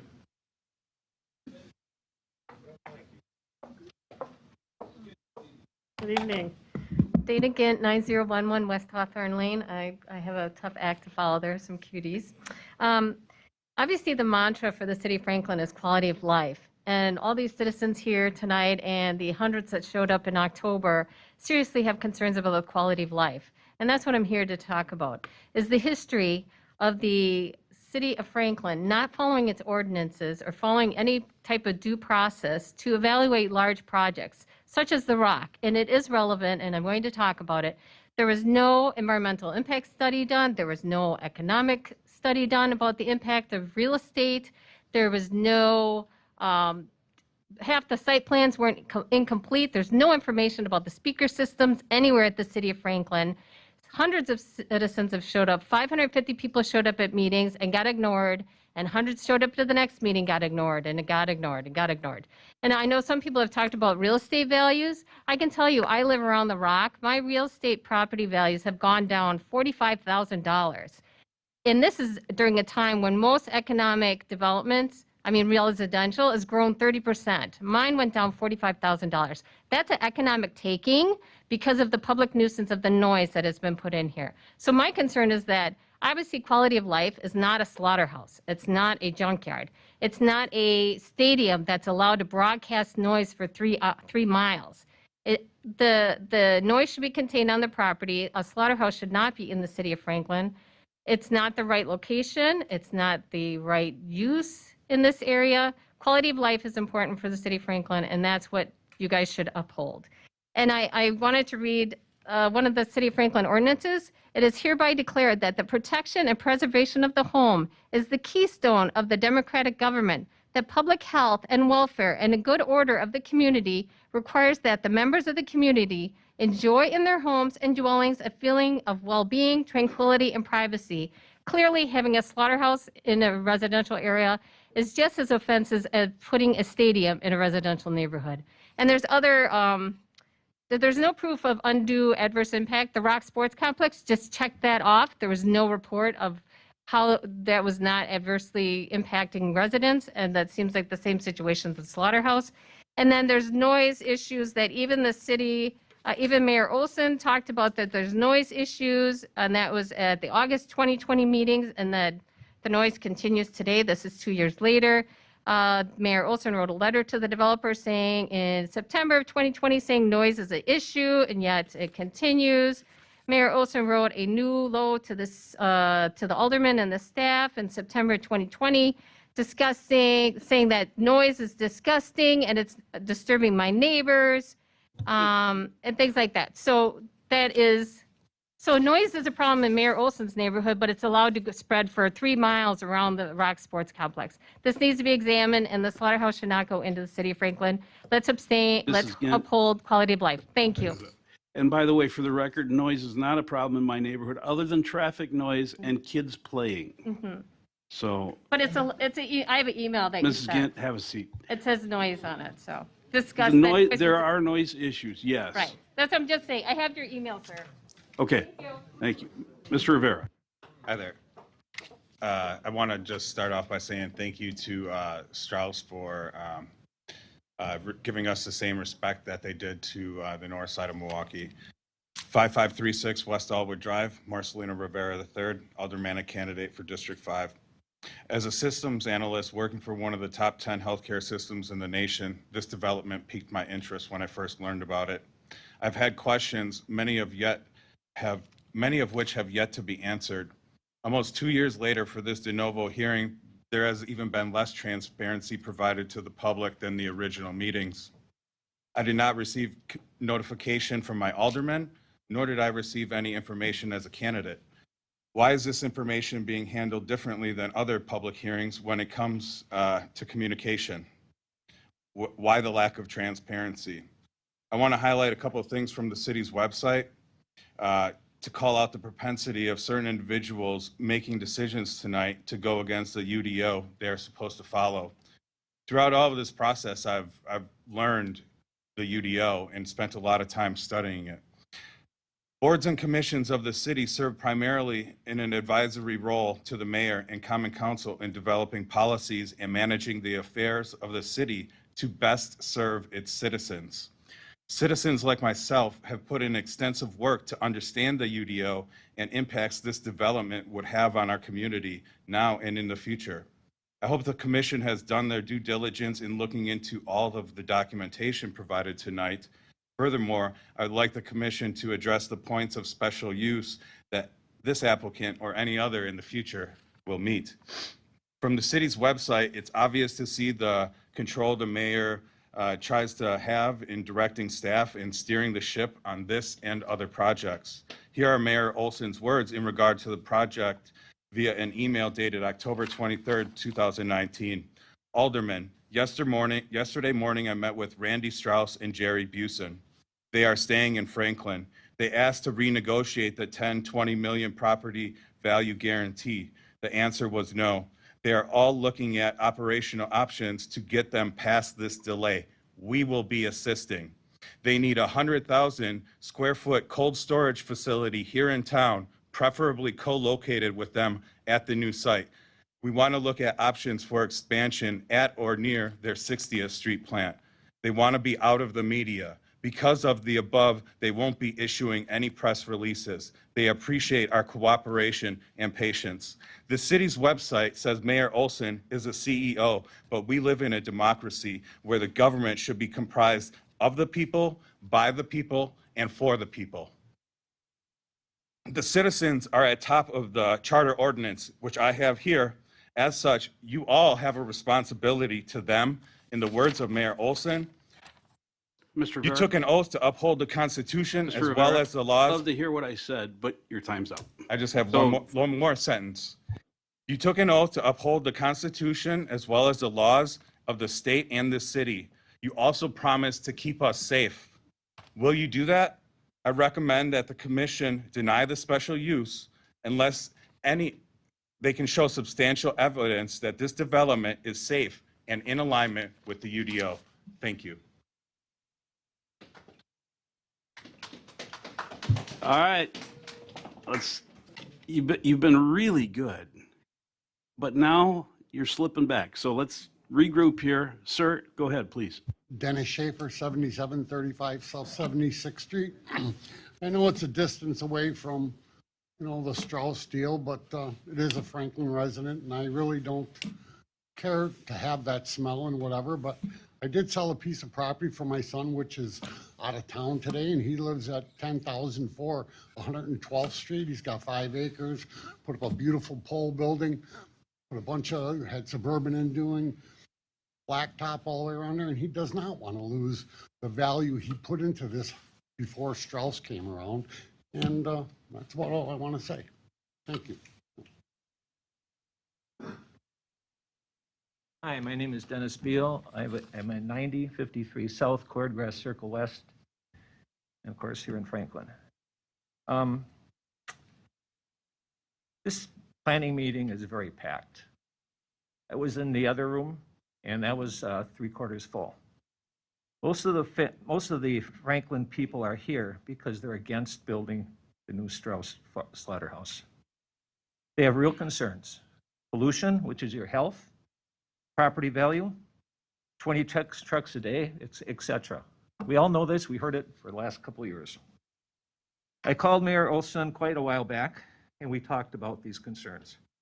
To Mayor Olson's credit, it was about 10 to 5, and he took my call. I thought I'd get a voicemail, but it was a nice conversation. We I asked him about a referendum, asking the people of Franklin how they felt about it. Mayor Olson told me that he did not want to do it because it wouldn't be fair to other companies that needed a decision and did not get a referendum. Points well taken, but I feel that it depends on what the decision's about. This is a big deal.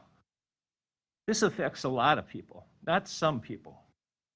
Mayor Olson, alder people, if you have to vote again, vote your conscience and vote for the people. Thank you.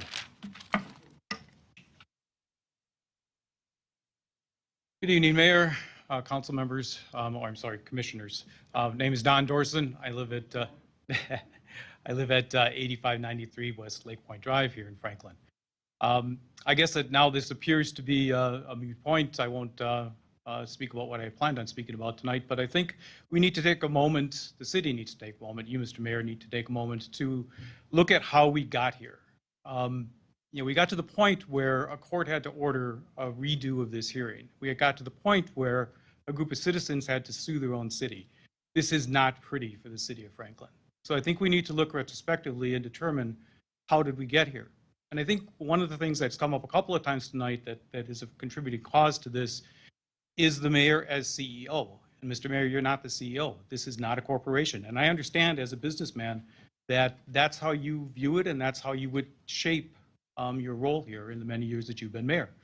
But the problem is that having staff report directly to the mayor causes problems. This very board, the city engineer, can be hired and fired by you. He has a vote on this commission. And I think that has come up in the past through the email records that were filed in the lawsuit that was problematic, that undue influence was placed upon the assistant city engineer who was here for the Strauss hearing last time. More so even than that, one of the things that I've learned that has happened over the past couple of years is that you shaped it where the aldermen, the representatives of the people of this city, those aldermen cannot speak to staff. So the mayor controls what goes into staff and what comes out of staff. And that results in one man's vision of what should be approved in the city having an undue influence on the outcome. That's all I got to say. Actually, let's correct the record. I cannot remove any employee of the city without 3/4 vote of the common council. I cannot. The other point of order is relative to staff and aldermanic conversations. The directive is they go through the department heads. So thank you, Don, but you're incorrect. So being rebutted, I guess I have the right to rebuttal also, and I think I had some time left. Okay, go ahead, but. So is it Go not on. true that you do the reviews for staff and you determine, you have an input into their salary increases? Is that true or not? Is it true or not that you have influenced staff's decisions on this very issue? Absolutely not. The city, in a sworn deposition. You guys. In a sworn deposition that the assistant city engineer made to the court, she said that you did. So you're saying she lied under oath? I am absolutely saying she lied. Okay. Absolutely. Children.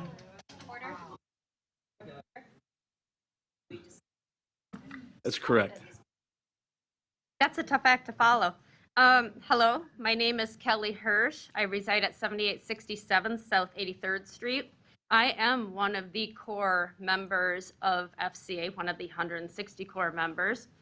I am here tonight as a concerned Franklin resident, taxpayer, mother, an empathetic friend and neighbor to all that live in District 6. To state for the record, I am in strong opposition to the Strauss project moving forward in District 6, TID 6. This is not the location for a mega slaughterhouse. Most Franklin residents are not in support of this project because it is wrong for many reasons.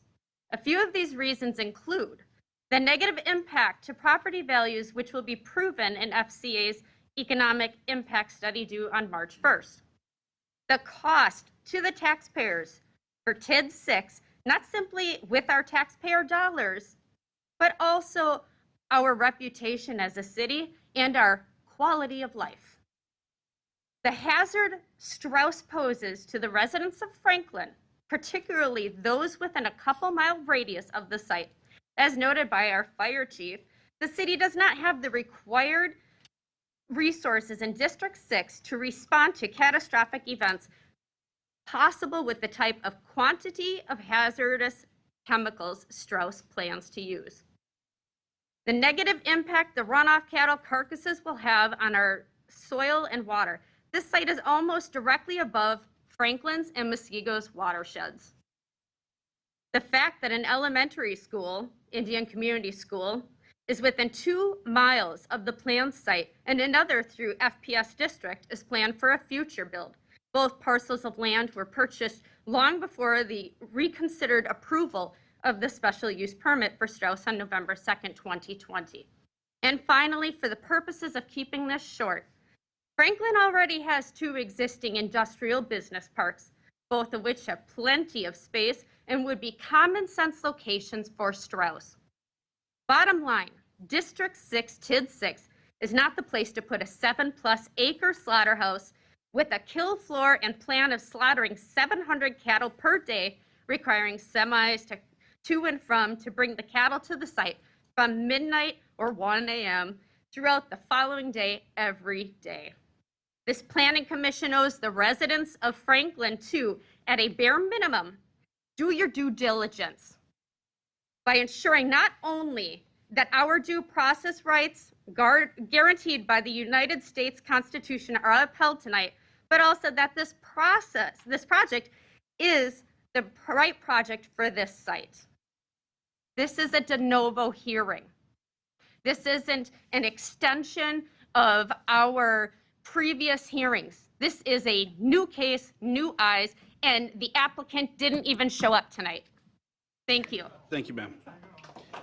Folks, knock it off. Yes, sir. Good evening. Good evening. My name's Bill Donahue. I live at W124S9510 Weatherwood Circle in Muskego, about 1/3 of a mile away from the proposed site, as the chemicals and the odors and the sounds would travel. I don't have too many more things to add other than what's already been said, but I would like to point out that I've not been here just this time. I've been to this session for another reason. Housing developments, they're going to be in the same areas I live that you've approved. It's funny to me that when I come to these meetings, I hear concerned people on the panel, and they have a lot of concerns, and they seem like they're going to do the right thing. And then at the end, there's a split vote, and it goes in the way of the developer. And I'm like, well, I don't understand it. The last thing I was involved in, suddenly someone stood up and said, there's a traffic study, everything is going to be fine. They didn't go on to say the study was done when the main road we're talking about was closed. There's some deception. Oh, what do you mean that's not true? I can play the tape back for you. You missed it, apparently. So these are the things that concern me. The Planning Commission isn't listening to the people, isn't doing the study, and every time someone has to come back and say, hey, listen to us. You all listen, but you don't do anything. You just say, well, we came in with our mind made up. We don't care what the community says. And furthermore, the mayor doesn't care because I live in Muskego. So I'm not part of the community. I find that odd. The church I go to is in Franklin. I'm here today in Franklin. I think you need to listen to everyone. And I think you need to pay more attention. I'm not going to belabor the point with the rest of it. One more question. Are you voting tonight? Do you have a conscience? Or is this a dead issue? For the dead issue, maybe you'll vote no. Say get rid of it. Clean up your voting record. Thank you.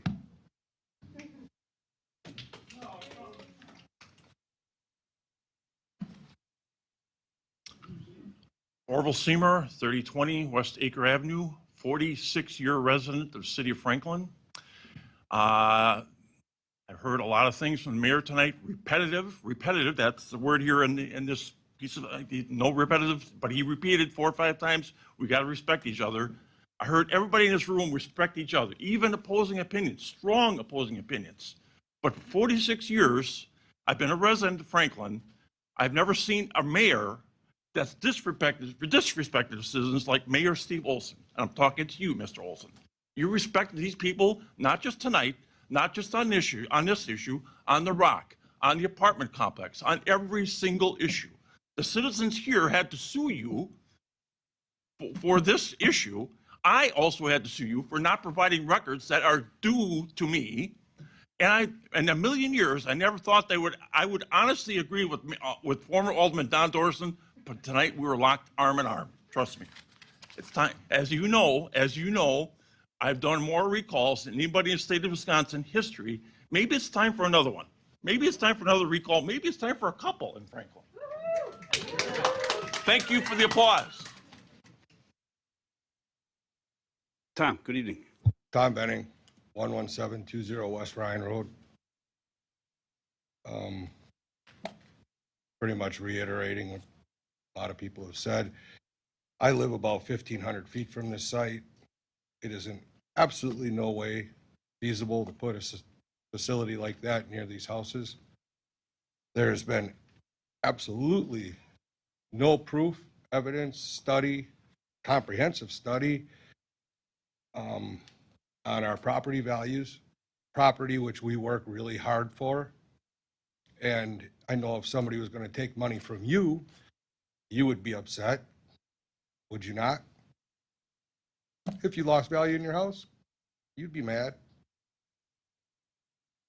Second of all, in the last year since this fiasco started, I've come to realize, and so have a lot of other people, and a lot of eyes have been opened. This is the very reason why any reasonable government should have a board of ethics that's independent.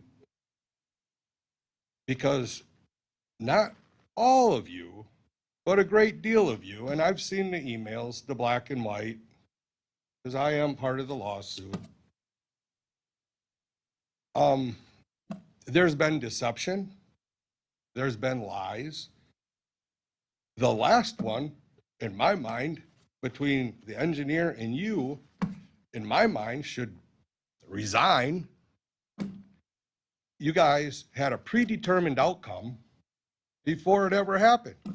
You sat up there, listened to everybody, rolling your eyes, and at the end, well, this is going to happen, because I believe in your one email, it said, this is going to happen. That was before the hearing. And then you have an alderwoman giving an economic study. She may be really bright, don't know.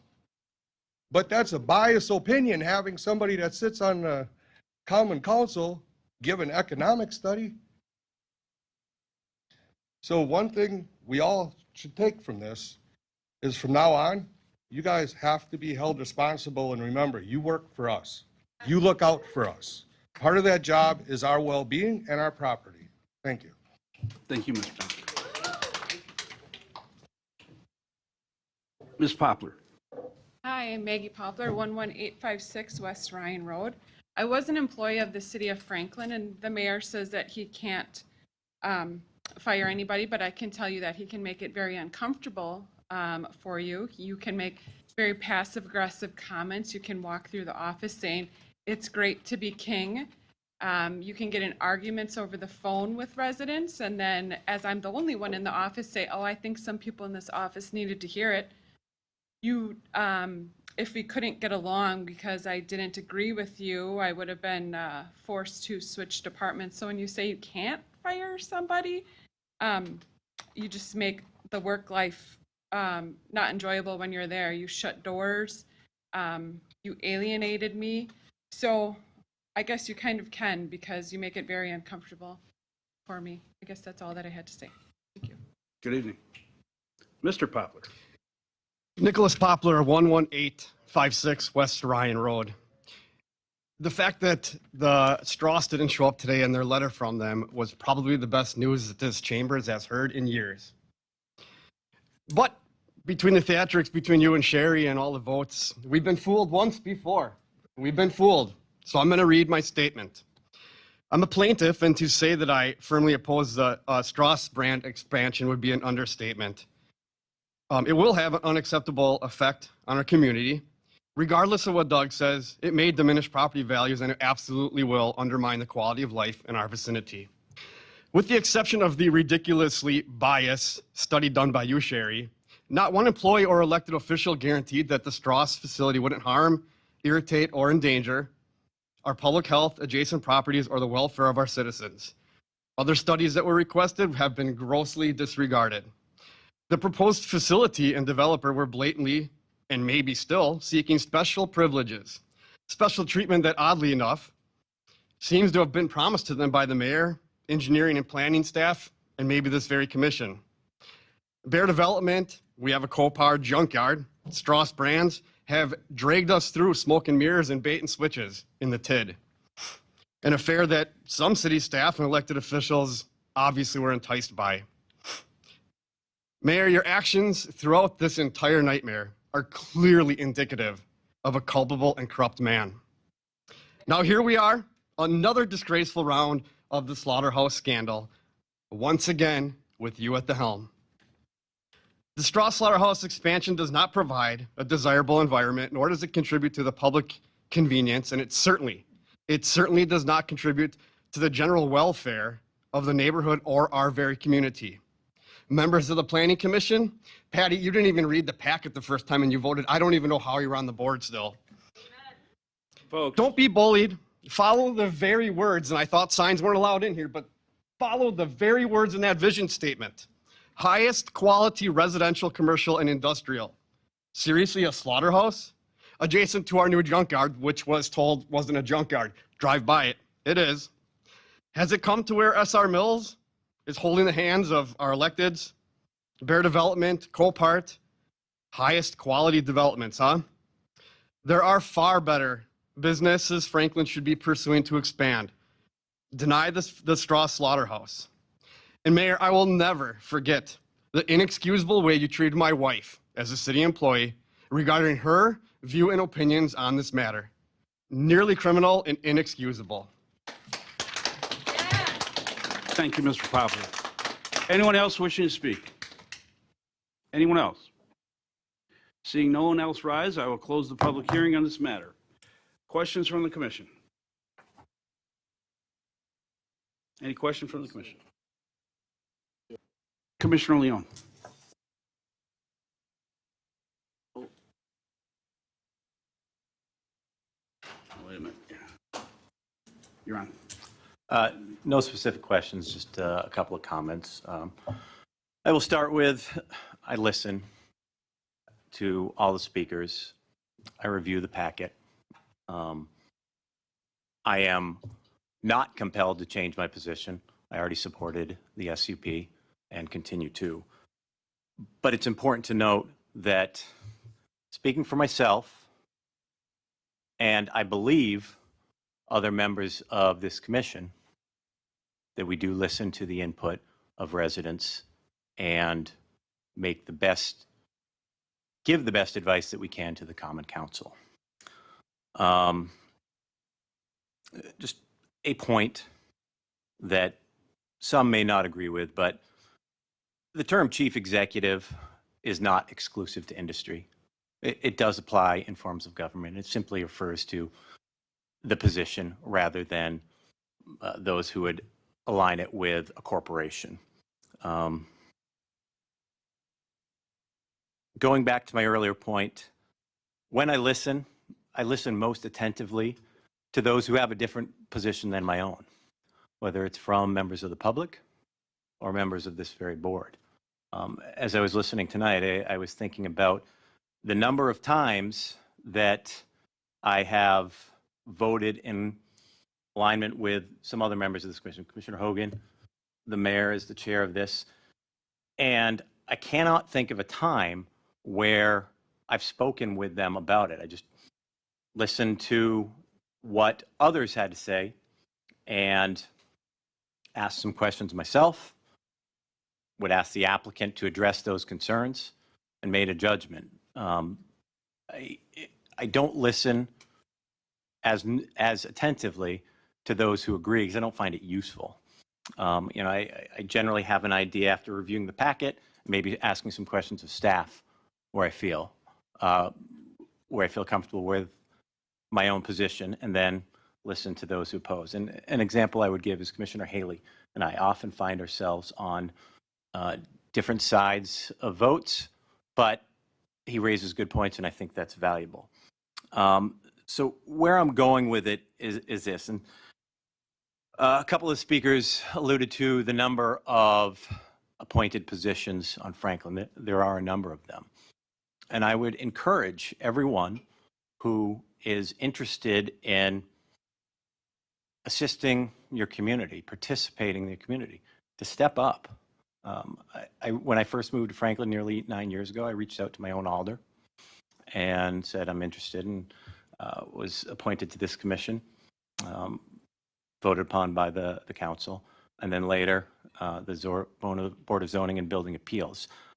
My alderman and I, who's retiring at the end of his current term, often disagree on issues. Ms. Gint spoke earlier this evening about the Rock, and I live in the same area, and I had talked with Alderman Mayer and Ms. Gint about the issue, and I came to judgment. So I'm speaking for myself, but for the members of this Plan Commission and the members of the council that I've talked to, I believe they do the same.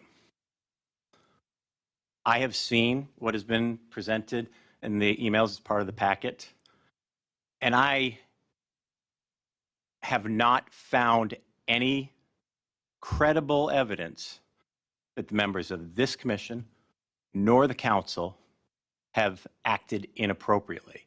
They just have a different position. And that's okay in Franklin and in any civil society. So while I appreciate the concerns that some members, many members, the vast majority even, have with this special use permit, I believe that the applicant addressed those in 2020 and going into early 2021, I believe. And it was done in good faith. So I would ask you to consider that people just disagree sometimes, and that's okay.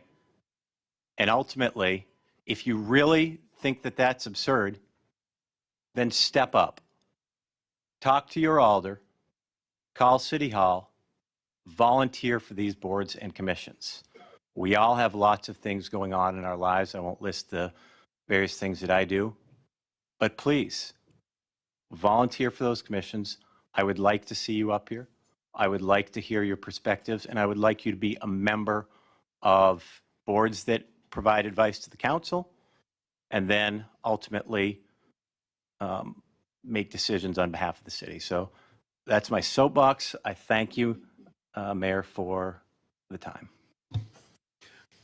Commissioner Hogan, then the city engineer. I have nothing to say. Oh, I thought you pushed your button. No, I didn't. Sorry. Mr. City Engineer.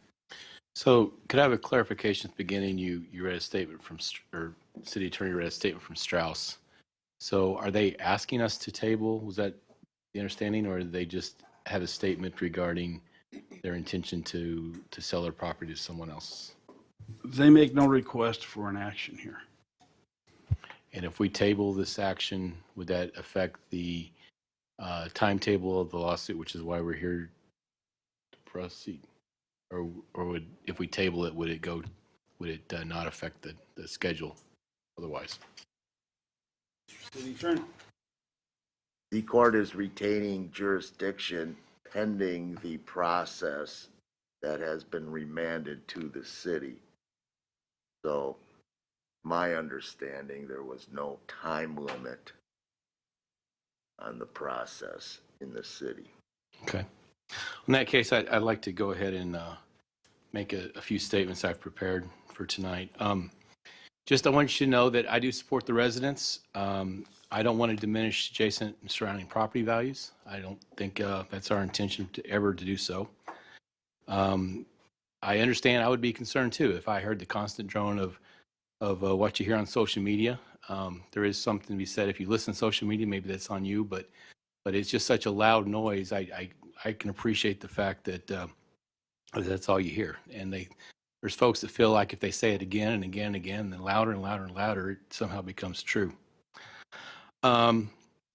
So there's a group that has done a tremendous amount to portray Strauss as the slaughterhouse that you might see, full of diseased cattle wandering the streets and wandering the neighborhood and polluting the waterways.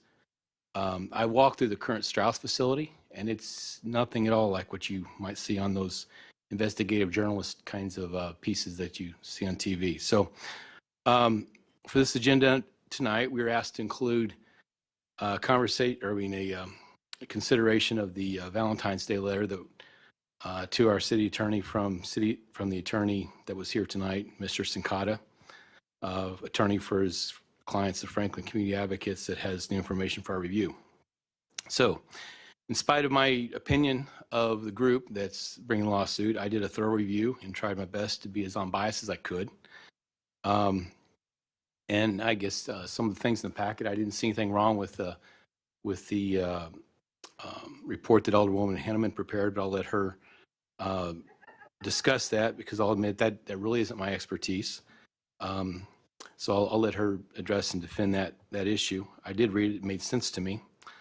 Much of what the FCA hinges on their concerns are is what's included as Exhibit B, their support of animal operations and residential property values. And this is really more of my area of expertise. So Exhibit B that they included is a very abbreviated summary of a paper prepared by a John A. Kirkpatrick, PhD, MAI. He's a managing director, did a little research on him, of something called Greenfield Advisors in Seattle. I think it's in Seattle, Washington. And he was a visiting scholar for a real estate finance at School of Business for Baruch College. It's in New York. So the abstract was prepared by the author Kirkpatrick. When I Googled, I was not familiar with the term AO. So I Googled the term AO, and best I can tell, that's a term coined by Mr. Kirkpatrick. In his paper, he talks about, so when you Google that, you only really see the results of, animal operation AO, but you see AFOs, which is animals feeding operations, and CAFOs. So I guess Mr. Kirkpatrick, he's a real estate guy, not a EPA, USDA, or environmental expert. So I guess, I forgive him on that. But the animal operations AO, as Mr. Kirkpatrick defines it in his paper, which, by the way, I wasn't able to find his paper in total. I was able to really just look at some abstracts and the abstracts that he provided. There was like an 8-page abstract. But he broadly defines AO as facilities in which animals are raised or brought for slaughter. That's a pretty wide spectrum of animal processes. The common denominator is a large perpetual inventory and density of animals. It's his definition. According to Kirkpatrick, the EPA term AFOs, animal feeding operations, must confine an animal for at least 45 days in a 12-month period. And then Kirkpatrick, EPA, the term concentrated animal feeding operations, or what I know as CAFOs, are based on a large number of animals and a pollutant discharge. So just to be a little more clear, when you actually look at the internet, more of the EPA sites, I found some definitions. Depends on which document you look at, they define it a little bit differently, but it houses hundreds to multiple thousands of animals in confined warehouse-style buildings, no little red barns, or few, if any, pastures of these industrial agriculture properties. So this is where, you see pens of animals. They're all put together. They're not let out to pasture. They're basically fed there on the feedlot. And then all the waste is, generally runs off, may or may not have good, they're supposed to have very good collection systems to be able to collect that and put them in usually facultative lagoons or some other sewage system. They're very highly regulated by EPA and DNRs. And I do understand CAFOs are huge problems. They're very big deals. They're highly regulated. There's 300 CAFOs, if you wanted to know, in Wisconsin, and only 14 of them are hogs, hog CAFOs. The Kirkpatrick study had over 1,100 communities, and he just defined rural communities. I wasn't able to find any specific communities in the abstracts he listed in that document. But another abstract did mention one community specifically. And this is the only one I was able to find. It's a town called Benton, Kentucky. Benton, Kentucky is a very rural place in Kentucky, western Kentucky. Just to give you an indication, 2020 census had 4,756 people, and it's the county seat. So this is a very rural county. And I imagine being familiar with that part of the land, you may have a mile section where you may or may not even have a farmhouse. You go quite a ways for these things. So very rural. Had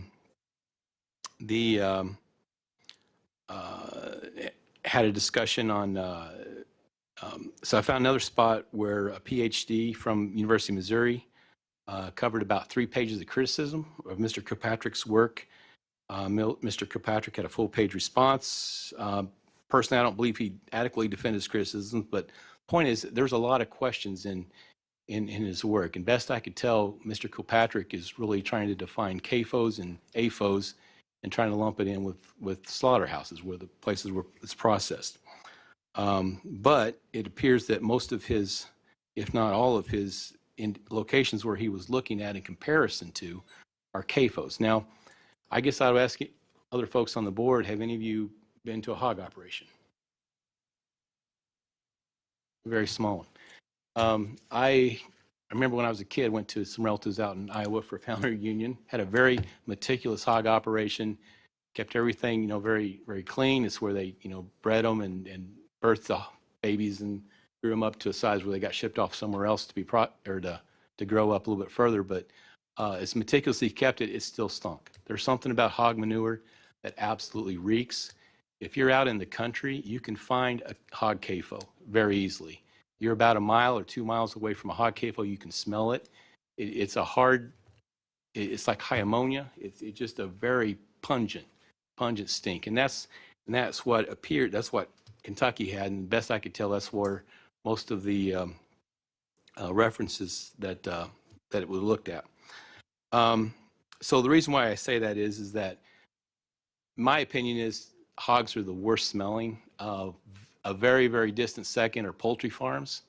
And then below poultry farms, quite a ways, so a very, very distant third would be the dairy operation kind of thing.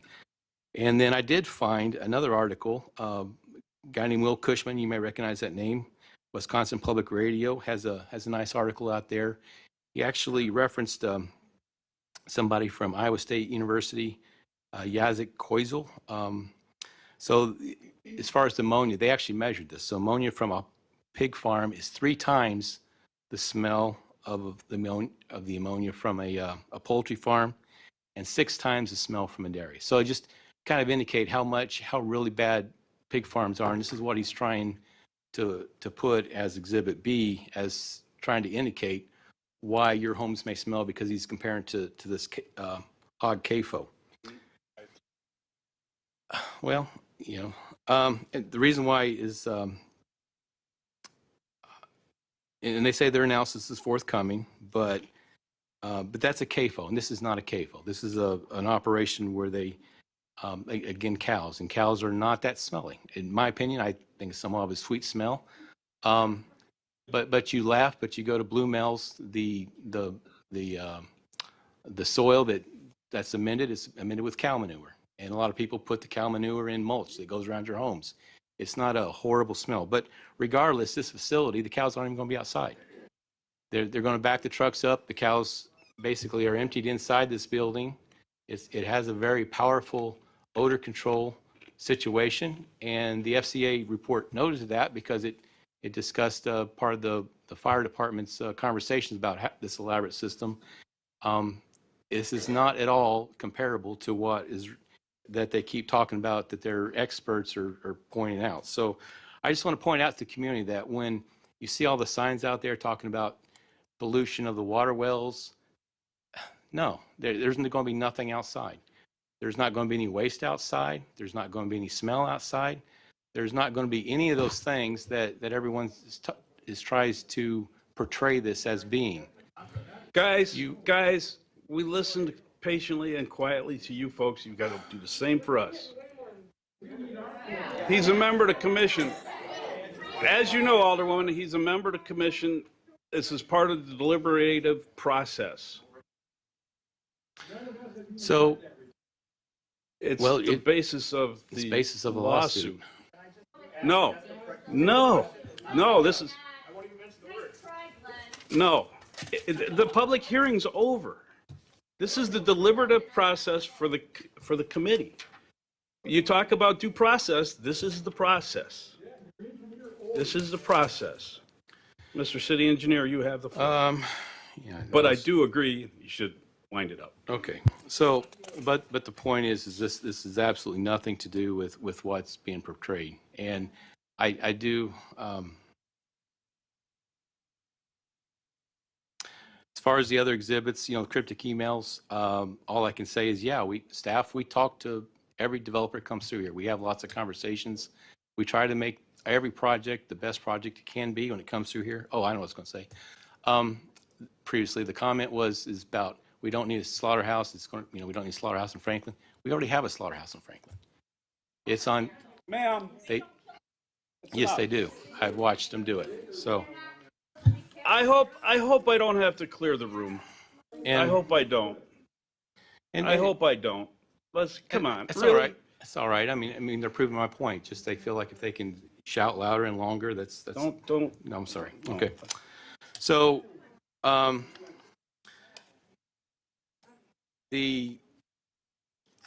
guess obviously there's discussed. I guess what I can say as far as the affidavit is the fact that I voted. I can tell you that Mayor Volson has never told me how to vote on a project. And I do know that's not always the case with other communities. I have lots of friends who are other city engineers. I know not all mayors are that way, but I can tell you it's never happened here. He's always told me to vote my conscience on how I do it. But I can tell you that at staff level, we try to make things the best it can before it gets to this stage. So by the time it gets here, I very seldom am I against a project, because if I had concerns, we try to work them out with the developer or whatever as it comes through. So in summary, I just want to point out that, be careful who you listen to, because I don't look at Facebook very often, but the stuff I hear it's completely wrong by people who think that they're experts on it.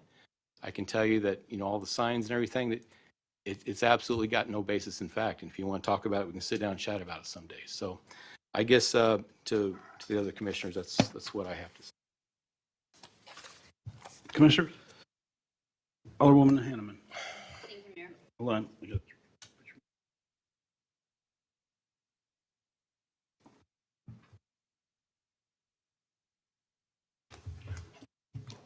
I'm beamed up? Okay. And I did prepare some comments before tonight to try to synthesize my thoughts a little bit for this de novo hearing that we have tonight. And I've listened with great care. Some of the points that even I was going to make are now moot. We have the letter from Strauss saying that they no longer intend to build in Franklin. I heard the comment, well, they have not yet, they didn't take their application off the table. It's still on the table. We're still being required to vote on this tonight. So I'm trying to bring us to a place of, here we are, this is what we've got to deal with, and how are we going to move forward from here? Because now that the Strauss land is publicly up for sale, given what construction costs are currently, I really don't have any reason to believe that they will intend to try to build here. But what we need to remember is that the property, or that Strauss entered into some very significant financial agreements with the city that they still have to uphold. Some people here tonight suggested that Strauss did the right thing and acted with integrity by changing their mind to build here. I would challenge that notion right now. I would suggest one of the reasons they did not show up here tonight is because it's in their best interest for us to vote it down, because that in effect releases them. If there's no special use permit now, they can argue they don't have to honor their financial commitments to the city. That's something that concerns me. That's something that's going to affect every taxpayer in the city. Folks. Please, please. Madam Alderman, And maybe in different ways. Madam Alderman, Yes. you're speaking about something that's been put out on the internet incorrectly. So let me describe what the Alderwoman's talking about. As part of these deals, when a TIF district's involved, we typically negotiate what's called a minimum assessed value guarantee. The purpose of a minimum assessed value guarantee is to assure that there's cash flow to pay for the bond obligations for the infrastructure we put into a TIF district. So what it says to the developer and the property owner is, you need to come up with X number of dollars, regardless of what the assessed value is at the time of the assessment. So blank land is obviously assessed for what it is inexpensively. There's an assessed value guarantee by Strauss, and I'm not going to give you an exact number because I'm going to get it wrong, and then that'll be subject of whatever. But it's tens of millions of dollars guarantee that they have to pay taxes on, whether there's a building there or not. So I'm not going any farther with the discussion because that could influence a vote. I'm not going to do that. But that is that number that everybody says is the real value. It's not. It's to bridge the gap between the time when the building is built and the day they get approved. It's to protect us. So, sorry, Alderwoman, you still have the floor. I'd be happy to yield to the Mr. city City attorney at Attorney. this point.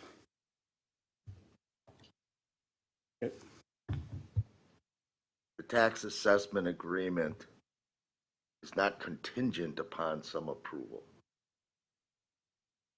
Number one.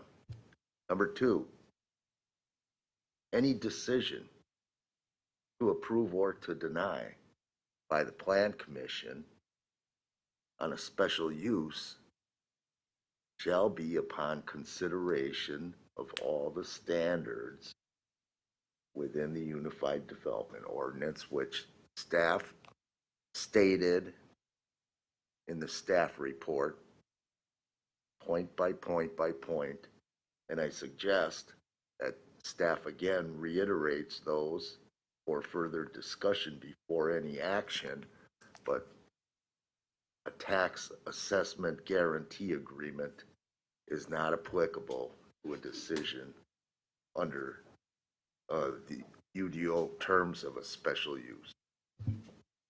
Alderwoman, you still have the floor. I will yield. Thank you for the clarification, City Attorney. Anyone else? Commissioner Haley. Okay, I'm kind of wondering where we're going with this, but first I'd like to thank all of you for showing up, taking the time out and coming here and speaking and doing your homework on all this. This is what citizens are for. Come out and speak to your government. I'd also like to thank staff because I know they've been working hard on this, and in the last week it's been very hectic in terms of new data, information coming in and getting that to us commissioners. So I appreciate the extra effort to get this stuff in front of us. That said, I did spend the last 6 days pouring through lots and lots of information. I believe very in-depth. I've looked for answers to the things, my original concerns with this were that it's not compliant with the general standards, that we shouldn't even be responding to this at this point because there's unanswered questions. And I understand that staff has tried to address those. It's the applicant's responsibility, and I'm just going to say, all things said and done, I've read this stuff. I am not convinced in any way, shape, or form that this is fully compliant with the general standards. We could go through it point by point, and we could argue with it. A lot of it's hearsay. It's someone's opinion. That's fine. I cannot support this because I don't believe that the general standards have been met and that I can make an affirmative recommendation to the council, who ultimately has the responsibility to take action on this. Okay.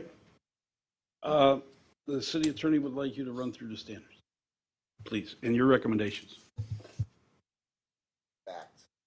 And the facts and information.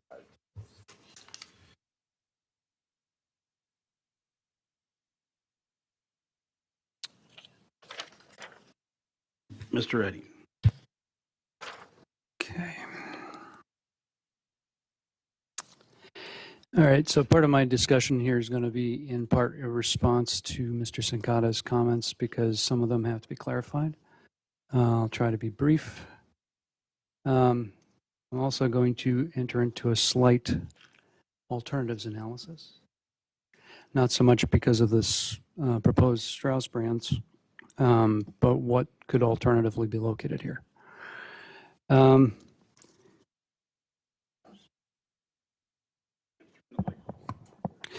All right, I'll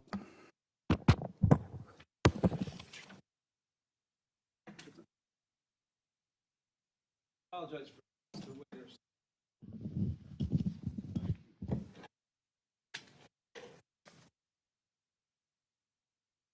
It's not on. All right, now we're on.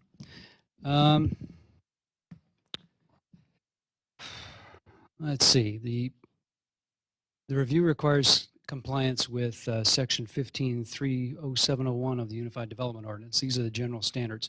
These standards apply to every single special use in the city, all 520-some of them. It doesn't matter whether you are a drive-through business in a B3 district or a hair salon in M1 or a multifamily residential project in B4 or single-family residential project in the R8 district. You are subscribed to these same standards. The first standard is ordinance and comprehensive master plan purposes and intent. Proposed use and development will be in harmony with the general and specific purposes for which this ordinance was enacted and for which regulations of the zoning district in question were established and with the general purpose and intent of the City of Franklin comprehensive master plan or element thereof. If you break that down, it basically says it needs to be in harmony with the general and specific purposes for which the UDO was enacted, in harmony with regulations of the zoning district, and in harmony with general purpose and intent of the comprehensive master plan. The purpose and intent of the ordinance is this sort of a circular standard because the purpose of the ordinance is to promote the general welfare, public health, safety, morals, comfort, and general welfare of the community. And then the whole point of the ordinance is to create the standards by which that is to be implemented.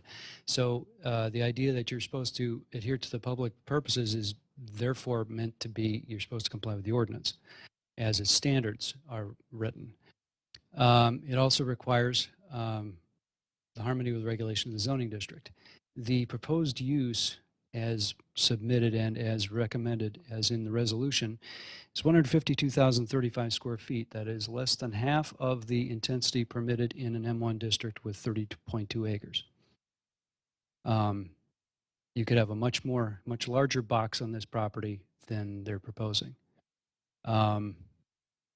They meet all the setbacks. They are well in excess of the setbacks. They meet all the landscaping standards. They meet all the parking requirements except as adjusted, and actually they adjusted downward over the minimum standard that would be provided, which is actually a net benefit.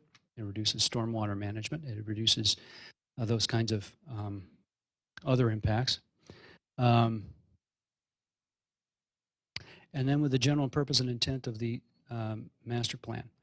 The property is designated business park. Mr. Sincata, I believe erroneously argues that it's both business park and areas of natural resource features. There are two small areas of natural resource features on the property that are actually shown on the map for the comprehensive plan, both of which are subject to conservation easement, which is a condition of approval. The applicant is not proposing disturbance in either of those areas. Therefore, they're in compliance. The bulk of the site is designated business park. The business park designation on the master plan is not the same thing as the business park zoning district. And it's easy enough to prove. There is basically one property in the entire city zone business park Northwestern Mutual. Northwestern Mutual is designated on the master plan future land use map as office. So the business park designation, it doesn't square with the business park district. The standards that were cited by Mr. Sincata with respect to the business park zoning district are actually a quote in the master plan from the UDO.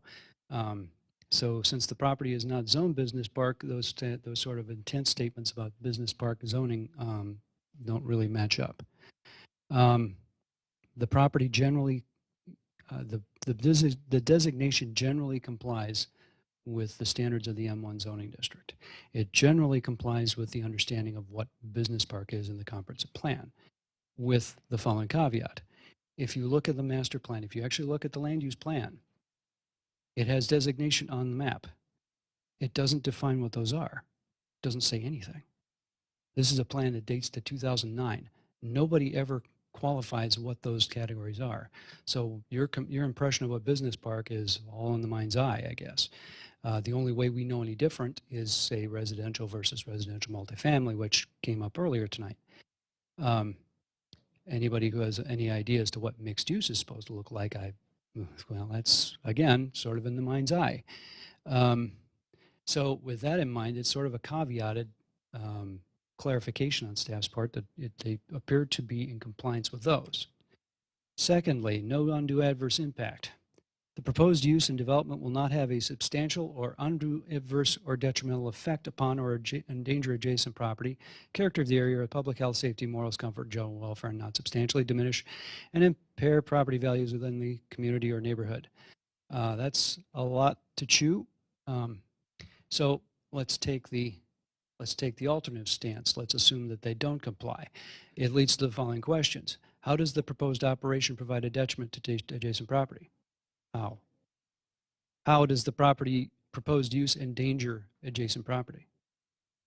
How does it adversely impact the character of the area? How does the proposed use substantially diminish and impair property values within the community or neighborhood? Which is to say, what is meant by substantially diminish? What is substantial? What is the neighborhood? Is the neighborhood the advertising distance that we're required to submit for public notice requirements? That's 500 feet. Is that a neighborhood? I don't know. Does anybody really know? Staff finds that one the hardest one to evaluate because it's not clear what that means. We did have a commentary from the fire department regarding obnoxious with regard to odors and things.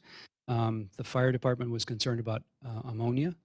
The applicant's architect, who designs these things for a living, actually provided some documentation and indications about what that would involve, and the fire chief was satisfied with that explanation. The wastewater treatment area room is fitted with air scrubbers to eliminate odors. Cattle barns and harvest areas are ventilated with a high volume of outside air to dissipate buildup of odors. Trucks and trailers used to remove hides and inedible wastes are kept in enclosed dock areas to eliminate spread of odors, and all processes are performed within the building, which will eliminate noise concerns. The noise generation limited truck traffic of approximately 20 trucks per day. Again, it's really difficult to determine what that standard really is because we don't have, there's no real way to tell us unless we submit and require specific proofs that are normally regulated by somebody else. And the somebody else is usually the USDA, the US EPA, the Food and Drug Administration, and state agencies at the same level. So they're ultimately responsible to those people. Strauss would require, there's required to have a USDA inspector on the grounds, I believe all the time. 4? They have 4? Okay. They have 4 inspectors on the ground in their current facility. So if there was a problem, they would know about it virtually immediately. Section 3, number 3, no interference with surrounding development. The proposed use and development will be constructed, arranged, and operated so as not to dominate the immediate vicinity or to interfere with the use and development of neighboring property in accordance with the applicable zoning district regulations. So that breaks down into developed so as not to dominate the immediate vicinity and not interfere with the use and development of neighboring property as per M1 district or adjacent districts. The applicant's proposed a one-story building. The proposed site intensity, as I mentioned, is well below what the M1 district would permit for a similar permitted use. I can go into the list of permitted uses. There are 199 of them in the M1 district permitted, which is to say you wouldn't even know they're getting built on the ground until they're already out there building it.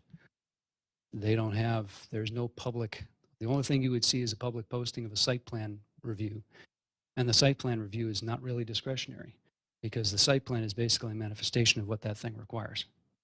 So the proposed use also complies with all the standards as mentioned in the M1 district, further complies with additional landscaping and other design standards. Finally, staff proposed additional conditions to provide additional protection of adjacent properties and were included with the prior resolution, which was approved and recorded. The resolution that's provided in the current packet has 25 conditions. The last 5 we added prior to the last hearing or the last meeting. Number 4, adequate public facilities. Proposed use and development will be served adequately by essential public facilities and services such as streets, public utilities, including public water supply system and sanitary sewer, police and fire protection, refuse disposal, public parks, library, schools, and other public facilities and utilities, or the applicant will provide adequately for such facilities. Everything that we've had so far indicates that the facilities and services are adequate for the proposed use. Mr. Sincata comments that the previous approval had a water use restriction on it, and that was because in 1971, the Franklin Industrial Park had a relatively inadequate water supply, or was concerned that if Strauss was using too much water, it would deprive other uses in the industrial park from being able to operate. So they put them on a water restriction. We don't have any such issues at the moment, or right now, or haven't had them for years. The fire chief has noted concern with fire EMS, but has indicated that his concern is more about residential development in the vicinity, since that's where the bulk of the calls come in. He expects the building design to comply with the design requirements of building code and the other codes that are related to food processing operations, including the alphabet soup of agencies previously described.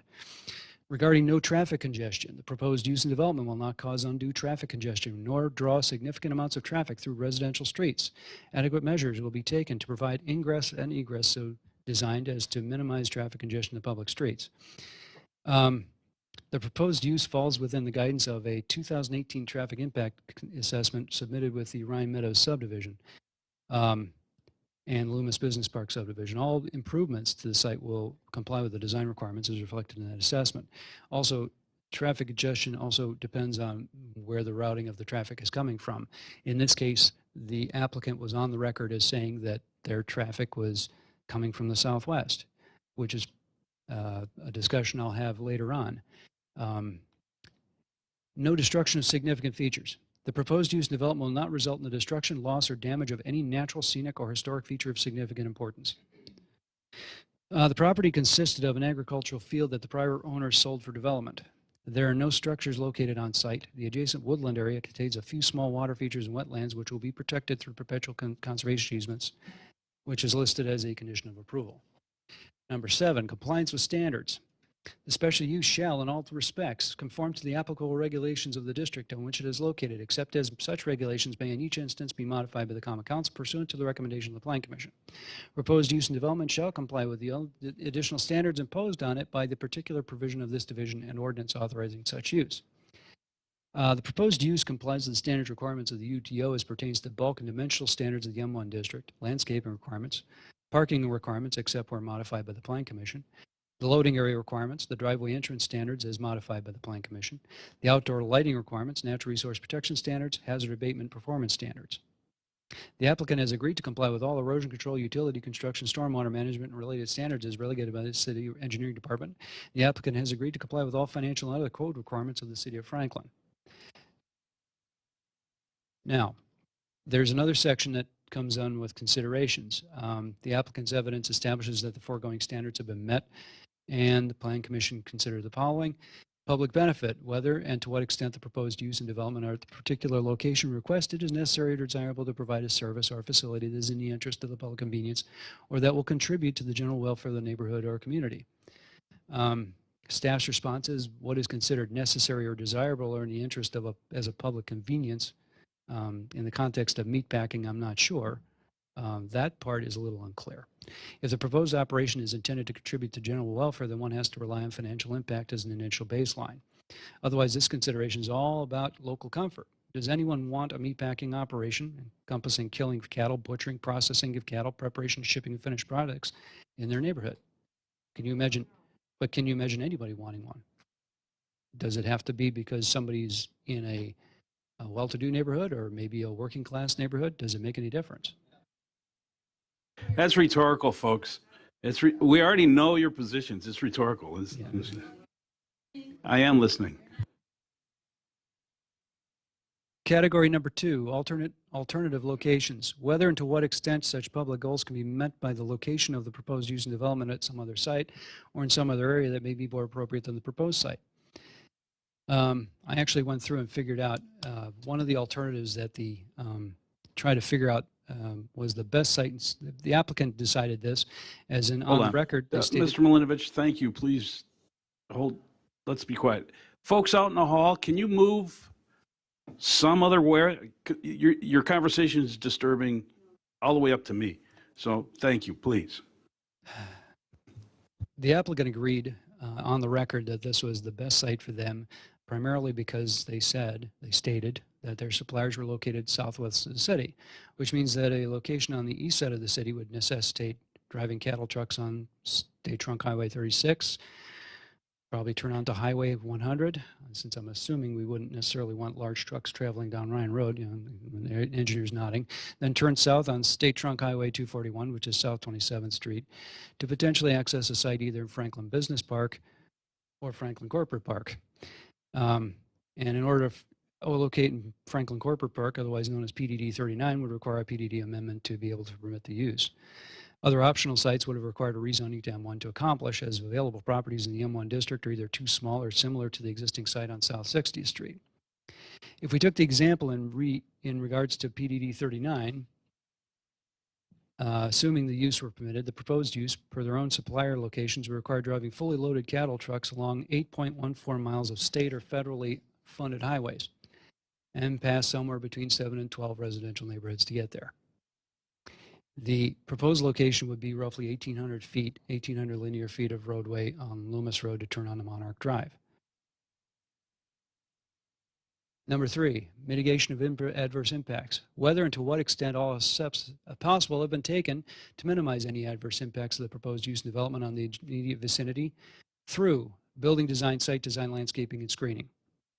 This specifies the design aspect as a means to address adverse impacts. The building is designed to locate all aspects of the operation behind closed, secured walls of the facility. Is it required for food safety, by the way?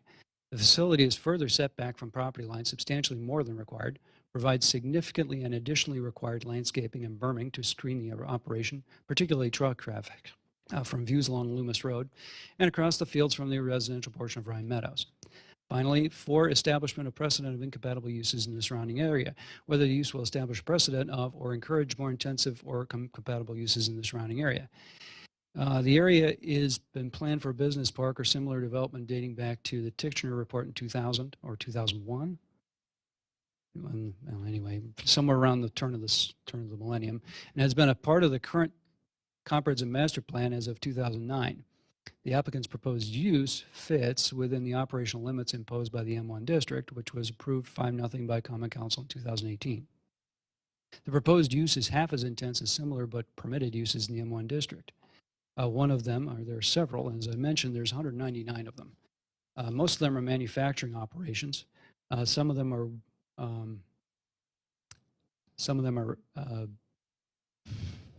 fabricated rubber products, household furniture, textiles. One that stuck out to me was warehousing.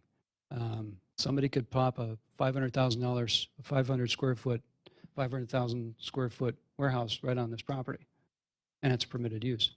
So it would go right to site plan, which is not really discretionary, and it would end up on the ground before anybody even knew it was happening.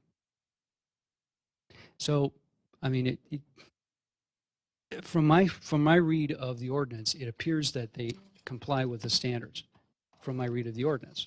Remembering, of course, that it's the Unified Development Ordinance, and the Unified Development Ordinance gives you no criteria for asking for any kind of other study. There's nothing in there that actually calls for fiscal impact study or impact studies of any kind. It's not defined. There's no criteria, nothing. So again, as I pointed out to the council in October of 2020, if you want to do one, fine. What are the criteria? I got no response. I got no coherent response, I should say. I got virtually no answers, and what I did wasn't really clear to me how that would translate. Finally, and this is quoting state statutes, Section 62.23, Parent 7, Parents DE, conditional use permits. I'm going to read the whole thing because you can hear all kinds of stuff. So I'm going to read all of it from start to finish. Number one, in this paragraph, A, conditional use means a use allowed under a conditional use permit, special exception, or other special zoning permission issued by a city, but does not include a variance. And B, substantial evidence means facts and information other than merely personal preferences or speculation directly pertaining to the requirements and conditions an applicant must meet to obtain a conditional use permit that reasonable persons would accept in support of a conclusion. 2A, if an applicant for a conditional use permit meets or agrees to meet all of the requirements and conditions specified in the city ordinance or those imposed by the city zoning board, the city shall grant the conditional use permit. Any condition imposed must be related to the purpose of the ordinance and be based on substantial evidence. B, the requirements and conditions described under subdivision 2A must be reasonable and, to the extent practicable, measurable, and may include conditions such as the permit's duration, transfer, or renewal. The applicant must demonstrate that the application and all requirements and conditions established by the city relating to the conditional use are or shall be satisfied, both of which must be supported by substantial evidence. City's decision to approve or deny the permit must be supported by substantial evidence. 3, upon receipt of a conditional use permit application and following publication in the city of a Class 2 notice under Chapter 985, the city shall hold a public hearing on the application, which is what we're doing tonight. 4, once granted, a conditional use permit shall remain in effect as long as the conditions upon which the permit was issued are followed, but the city may impose conditions such as the permit's duration, transfer, or renewal in addition to any other conditions specified in the zoning ordinance or by the city zoning board. Finally, if a city denies a person's conditional use permit, this person may appeal the decision to the circuit court under the procedures contained in paragraph E10, and that's enough for me. So the net of this is your recommendation is to approve based on reasons that you just discussed.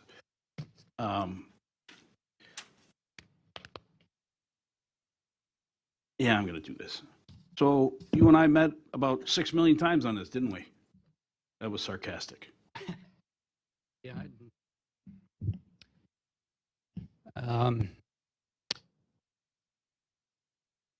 I don't think we ever talked about this at all, to my recollection. Right up until the point when we realized we were going to have quite a few people show up. And then it came down to logistics. How do we manage the flow of people? How do we manage the flow of people in the middle of a pandemic when we're not supposed to have that many people in the same room together? How do we manage this? That was primarily the focus of anything we discussed. So for the people in the room, it's time for me to compliment you. You know, you can read anything you want on the internet and believe anything you want on the internet. I commend you all for being in the room when you hear what city staff, professional staff, licensed staff have to answer the questions that you asked. So I commend you.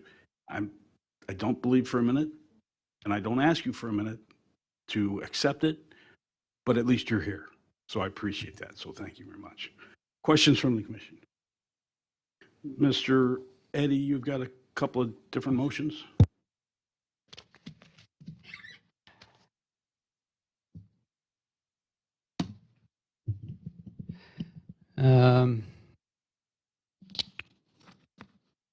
Yeah, first one is on the special use, a motion to recommend approval of a resolution imposing conditions or restrictions for the approval of a special use for a meat processing facility use upon property located at the southwest corner of the intersection of West Loomis Road and the new Monarch Drive Lot 83 of Wyan Meadows Subdivision. Is there a second? That would be Leon and Hanneman. All those in favor of the motion signify by saying aye. Aye. Any opposed? Oh, I'm sorry. We'll not call that a vote. Commissioner Haley. Okay. I'm going to take a step back and just reiterate that it's my opinion that this hasn't met the litmus test for moving forward. The applicant should have answered all the questions that are out there.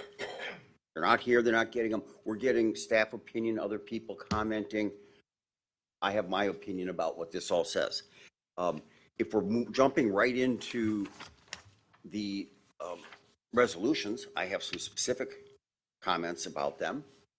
But I would also, again, I would respectfully disagree with the staff conclusions relative to compliance with those standards. And I don't know if you want me to go through those and explain to you my thinking. If I may. Okay. And I'm going to working from the staff report for this meeting. We've gotten a lot of different ones, and just to help move on through. So, the project description and analysis. This is where we get into talking about the general standards for special uses. Okay. Item number 1 is ordinance and comprehensive master plan purposes and intent. And Mr. Eddy gave a very good answer, as best anybody could, about what the intent is, the whole there. I say that myself and any other person could easily construe this to mean something different. Is it compatible with limited industrial zoning? So it's a word of art, a phrase of art. I'm not going to argue much about that one. It's an opinion, and Mr. Eddy has a good opinion. We go on to no undue adverse impacts. With regard to obnoxious odors and noise, the applicant stated that the wastewater treatment room is fitted with air scrubbers to eliminate odors. Air scrubbers are fitted in the wastewater treatment room to reduce the smell inside that room. It has nothing to do with what's going on outside. That's so that the people working in there have cleaner air to work within. More importantly, the cattle barns and harvest areas are ventilated with a high volume of outside air to dissipate buildup of odors. Okay, who's burned fish in their kitchen? You open the window, the smell goes away. Where does it go? It's going outside. So they're not denying that this facility is going to generate smells. They're just saying, well, nobody will know it because it's going away. It's being mixed with fresh outside air. Air in, air out. The smell is going somewhere. And it may be reduced to a level that most people can't smell it. It's going to be there. You can still go outside in your backyard and smell the burnt fish an hour later. Okay? Okay.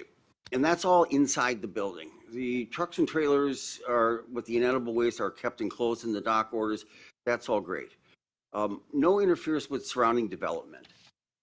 We as a body in the council have just approved 3-4 different residential developments.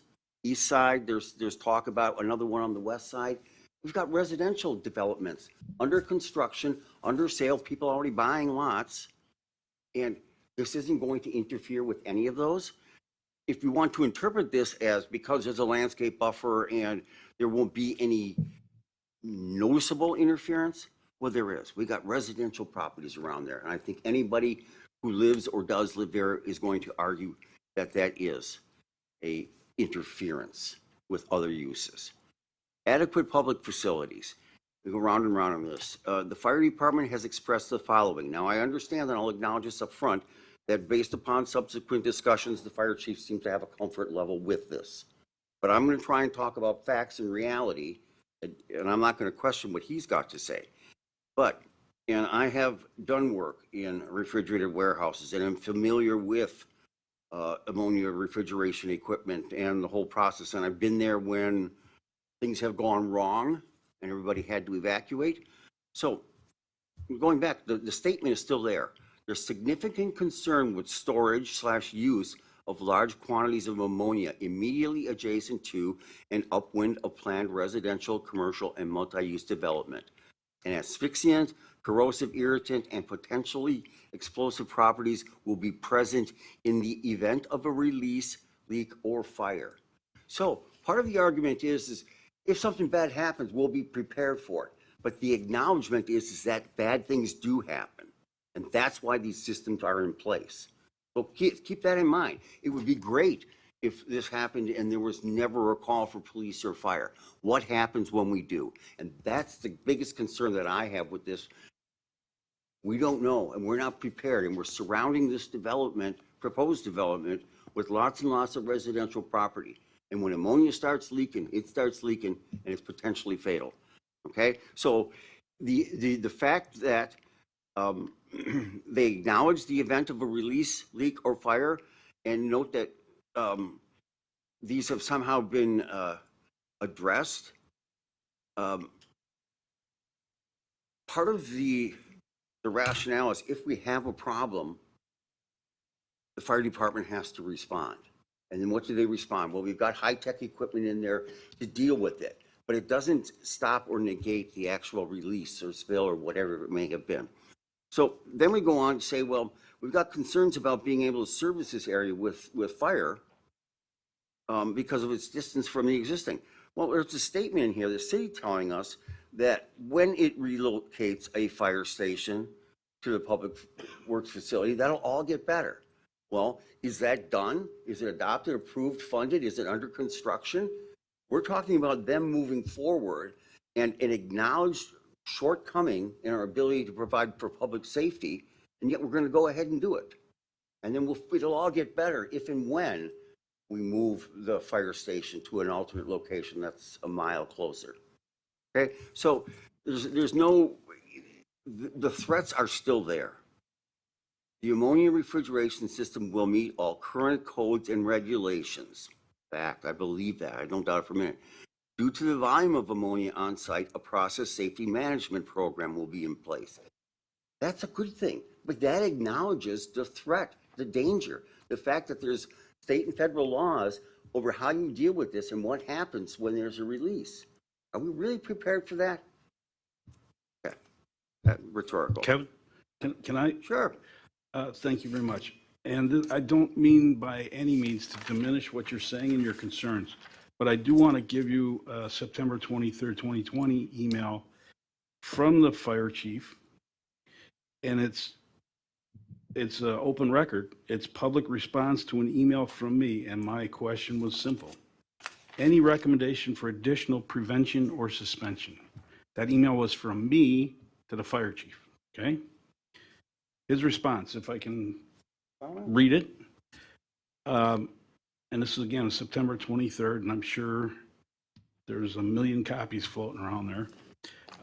By the nature of the facility and construction materials used, in parentheses, largely stainless steel surfaces and masonry, fire danger is low.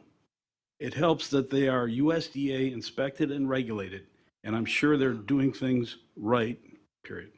Industry standards for fire protection systems should be adequate, and state law no longer lets municipalities enforce more restrict or alternate fire protections requirements. The concern with the ammonia is the potential, in parentheses, admittedly extremely low, but theoretically possible, and I agree with that statement, for a leak or a release in a densely populated residential area. Overall, the present level of risk with single-family residents that are likely adequately distant is very manageable. Were a leak to occur with prevailing winds towards residents, we would likely be able to shelter residents in place and probably not even have to evacuate. This again is the fire chief writing this. If you notice, I use the terms likely and probably. It is due to the fluid nature of incident management. However, I know from experience that the plans for these type of developments change multiple times before fruition. I just don't want to see something higher risk, that being senior housing, daycare, schools, etc., go in next door. And he's absolutely right. So I wanted you to have the follow-on email to that. And I fully appreciate that. The issue is not so much, though, just fire risk. It's if this stuff leaks, it requires an evacuation. And are we set up? Is there going to be a plan in place to get 300 residential people outside in the yard on a moment's notice? It's a concern. And again, I started by prefacing, these are my opinions. on whether they met the criteria. There's an acknowledgement that there is an increased risk and that there's a hazard out there brought on by this development. Can it be minimized and mitigated? Certainly it can, but the threat is still there. Hazardous ammonia situation is their words. Okay, we move on. I'm sorry. No traffic congestion, no expected truck traffic through residential streets is the response. Yes, but we also, Chicory happens to be a residential street that shares connection.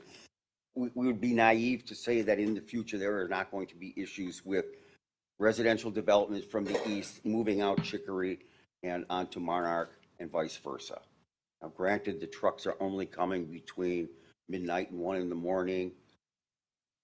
We just don't know because we've got one development approved out there, residential, and more supposedly on the fire. So I'm trying to look forward to, yeah, we can get by for now, but the vision for what we're describing down there is a large industrial use surrounded by residential properties, which at face value just doesn't make sense. But, we can go ahead and do it. So, traffic congestion expected. Yeah, expected. What happens if it is? No destruction of significant features. Staff recommends conservation easements. So this body is being asked to make a recommendation to approve this based upon something that ultimately will come to staff and will be reviewed, and I have confidence in them. But things that concern me are not being able to see natural resource preservation plans. We've got wetlands delineated and documented, but those plans don't come. The resolution says that the city staff will get them and review them before digging or starting commencing in any way. I want to know those answers now. And that's what the applicant is supposed to be here to tell us, is how they have addressed these. And it's never really happened. We've had a situation where staff and others are trying to explain to us what's going on, but the burden lies on the applicant.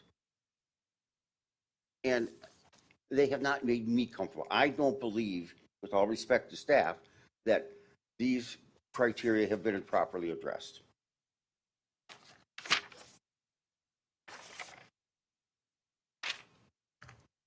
Oh, truck traffic noise. I always love that one too.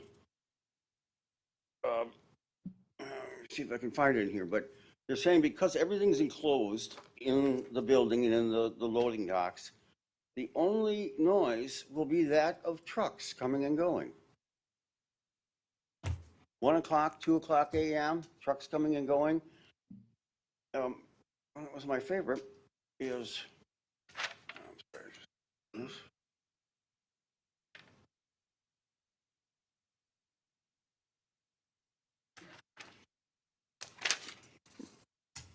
lots of notes, please bear with me.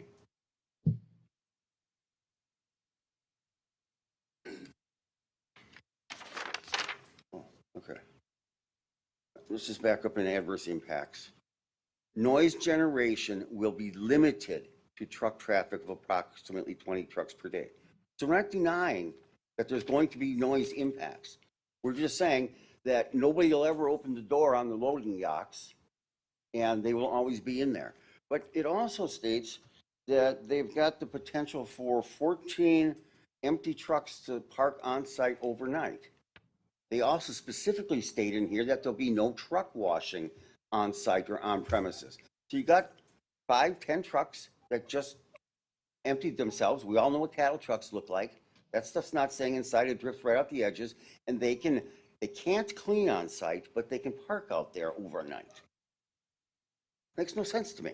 Yeah, So, but remember, I'll drop Kevin, it they here. testified to that back in October, that they required their, and I'm doing this from memory, I don't want this to be part of another whole testimony, but from memory, I remember him saying, Mr. Bussin saying, they require their cattle haulers to leave the site. The trailers that I recall them saying were finished product trailers. And is my memory correct? It's not in here. Mr. Eddie's nodding up. I appreciate what you're trying to do. So I'm glad my old memory is not that old. Well, They're gonna be there. Again, we don't know. All we know is they can't clean once they're there. So can we assume that they're all the clean trucks, all packed up and ready to go? Or is it just any old truck that just finished unloading and doesn't have someplace to be for the next 4 hours? Well, again, your question's rhetorical, and I appreciate Yes, it. and I'm But done the asking them. testimony was that they weren't going to be stock trucks. So anyway. And my only comment on all of these things is, it's great to hear this anecdotal stuff. I haven't seen anybody prove to me or give strong evidence that this is reality. It's hearsay, it's one man's opinion, and it's only as good as mine, okay? We never got the study. We've gotten mixed signals about what real estate values will happen with them. We don't know. There's a report being done, we'll see then. But none of this was research. It's just, here's what we want to do, now stand back and let us do it.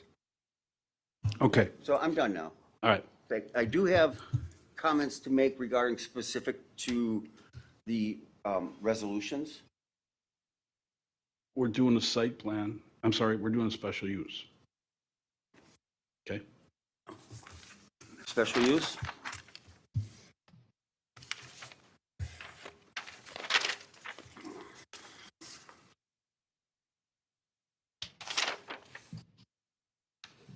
Okay.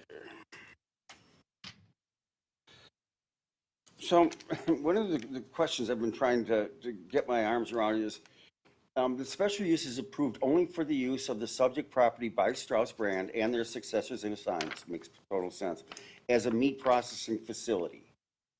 But as best I can tell, if they aren't compliant, the special use goes away.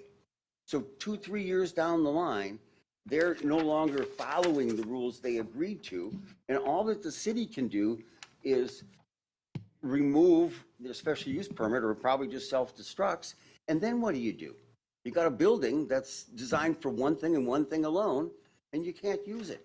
So my point in this is that the city really has no enforcement teeth. Once this is in and built, if everything they're saying is true, if our worst nightmares come true, what can we actually do about it? It's built. Kevin, I got a comment. Okay, You're please. bringing up these objections that apply to absolutely everything we deal with. It's part of life. I'm sorry, but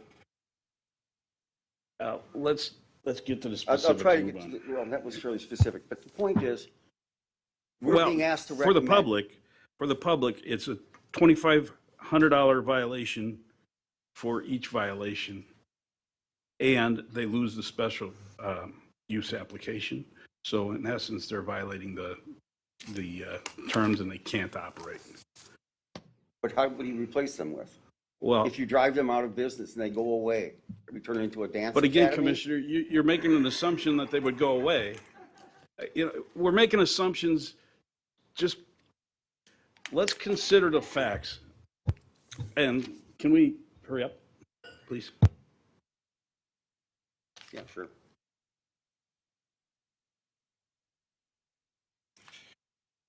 Okay, I'm not really quite sure why, but the hours of livestock delivery have been changed from the original proposal that were from 4 a.m. to 1 a.m. It's now 1 a.m. to 1 p.m.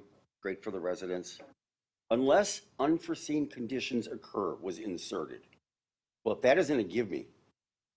You can only work in these hours unless some undefined, unspecified conditions occur.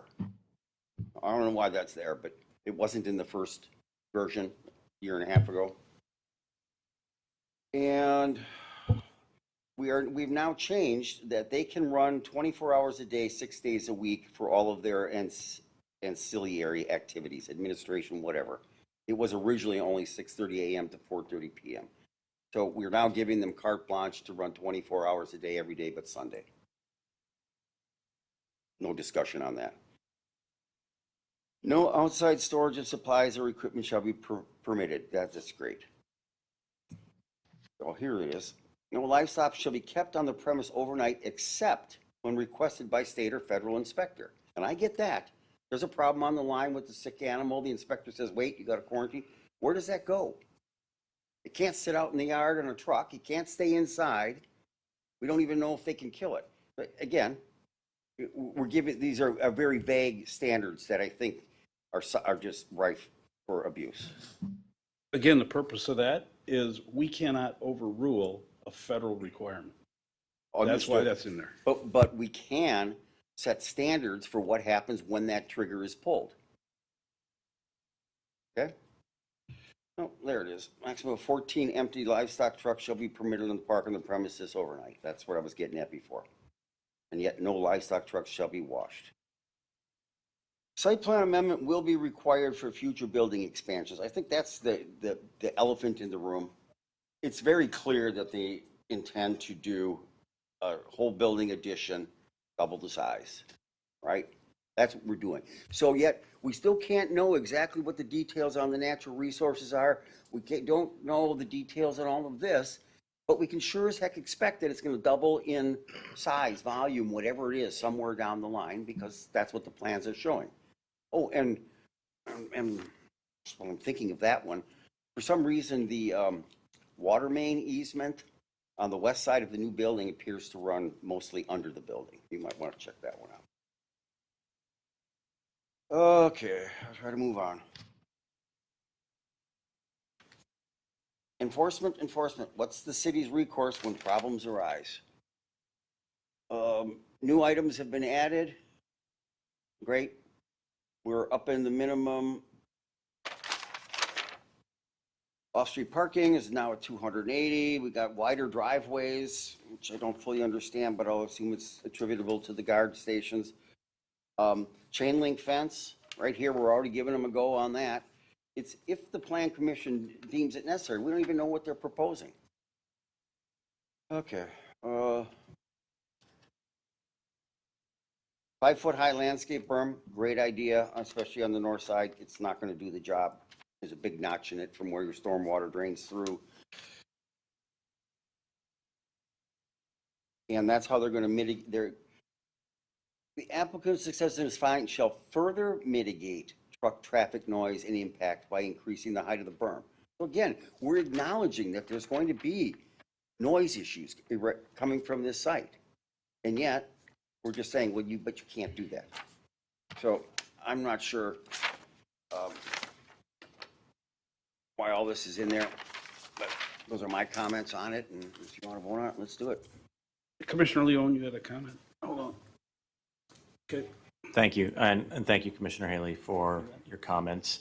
I don't think I'll surprise anyone in the room. I have some disagreement on a few things, but there are a couple of points that the Commissioner raised that I do think, although it might be a moot point, we could tighten up the conditions.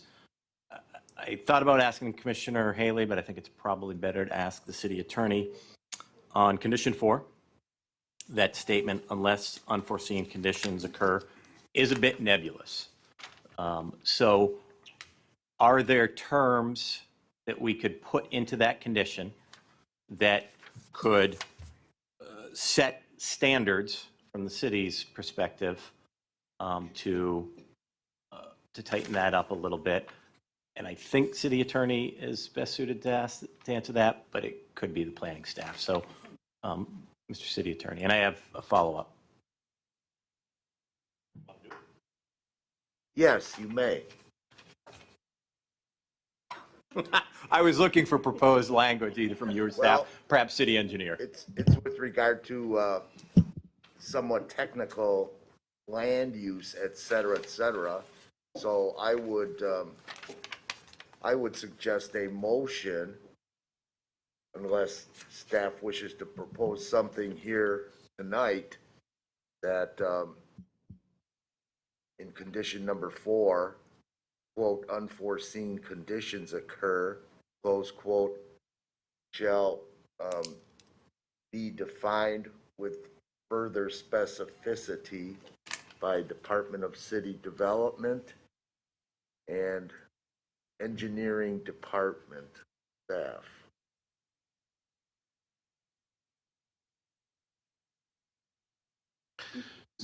I do have a follow-up.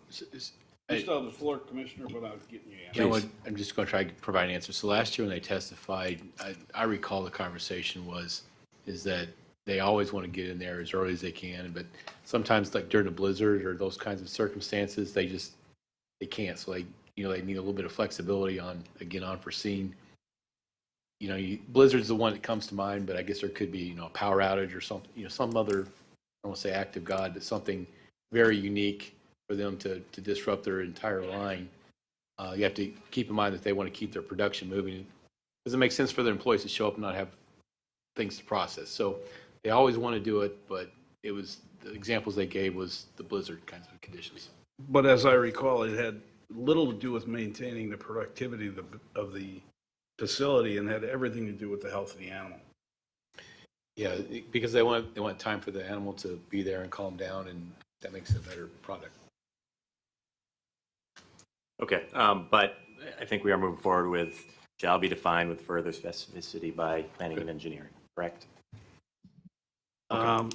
Okay, we've got a motion on the floor, so you made the motion? I do, and I still have further discussion on some other I'm just points. trying to figure out how we're going to procedurally take care of this. Do you want to withdraw your motion, make the changes, and then remake the original motion? Make a motion to amend. Or you can make a motion to amend. Yeah, let's do it that way. Okay, can I get to my second point now because it's a condition, or should we? Why don't we do one at a time? Okay. So, yeah, I withdraw, or no, I amend my motion to amend condition 4. So it says, unless unforeseen conditions occur, it shall be defined with further specificity by planning and engineering. Goes on to say hours of operation, et cetera. And be included in this document. And be included in the motion. Is there a second? I'll second that. On the motion to amend, all those in favor signify by saying aye. Aye. Any opposed? Motion carries. Okay, Commissioner Leon. The second one is what Commissioner Haley alluded to with condition 7.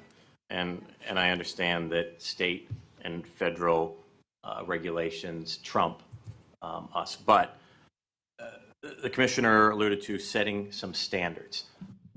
Are we able to set more restrictive standards? And if so, how do we do that? I think Commissioner Haley might have something in mind, but I see city engineer. So I guess I would first defer to Commissioner Haley, and then if he doesn't have some language in mind, to city engineer. I'm not so sure that I have the language, but we're providing an exception. No livestock shall be kept on the premises overnight except. Then what happens? That's what we're missing here. They get put in a taxi and sent home. They get locked up in a room in the back end. What happens? Get delivered to your house. You got room. So, anybody got? Again, I don't know. I got a Mr. comment. City Engineer. But if you look at comment number 6, no livestock shall be kept outside the buildings. Yep. So if there is, say, an animal that has to be kept alive for a day or whatever, it's going to be inside the building. Does that really bother us? I don't think it does. No, I'm asking where it would be and how they're going to accommodate that. Is there a It wouldn't be quarantine outside. facility in the building? Does that If the, matter? I if mean, the as long as inspector says that one can't go, as long as it's not outside, that would affect the neighborhood. Why does it? then we don't care, I guess. I'm asking the question. Why would we? Okay. Here. Move on. So, reading premise to mean subject to condition number 6, because livestock is not on the premise all overnight. There are deliveries, but if that's a reasonable reading, so it would not be outside. I mean, But how about motion, staff to clarify that condition number 7, quote premise, close quote, does not mean outside the building. And if it does, staff shall include details of the state or federal direction to be completed within a specific outdoor enclosure limited to the number of animals under the circumstances or the like.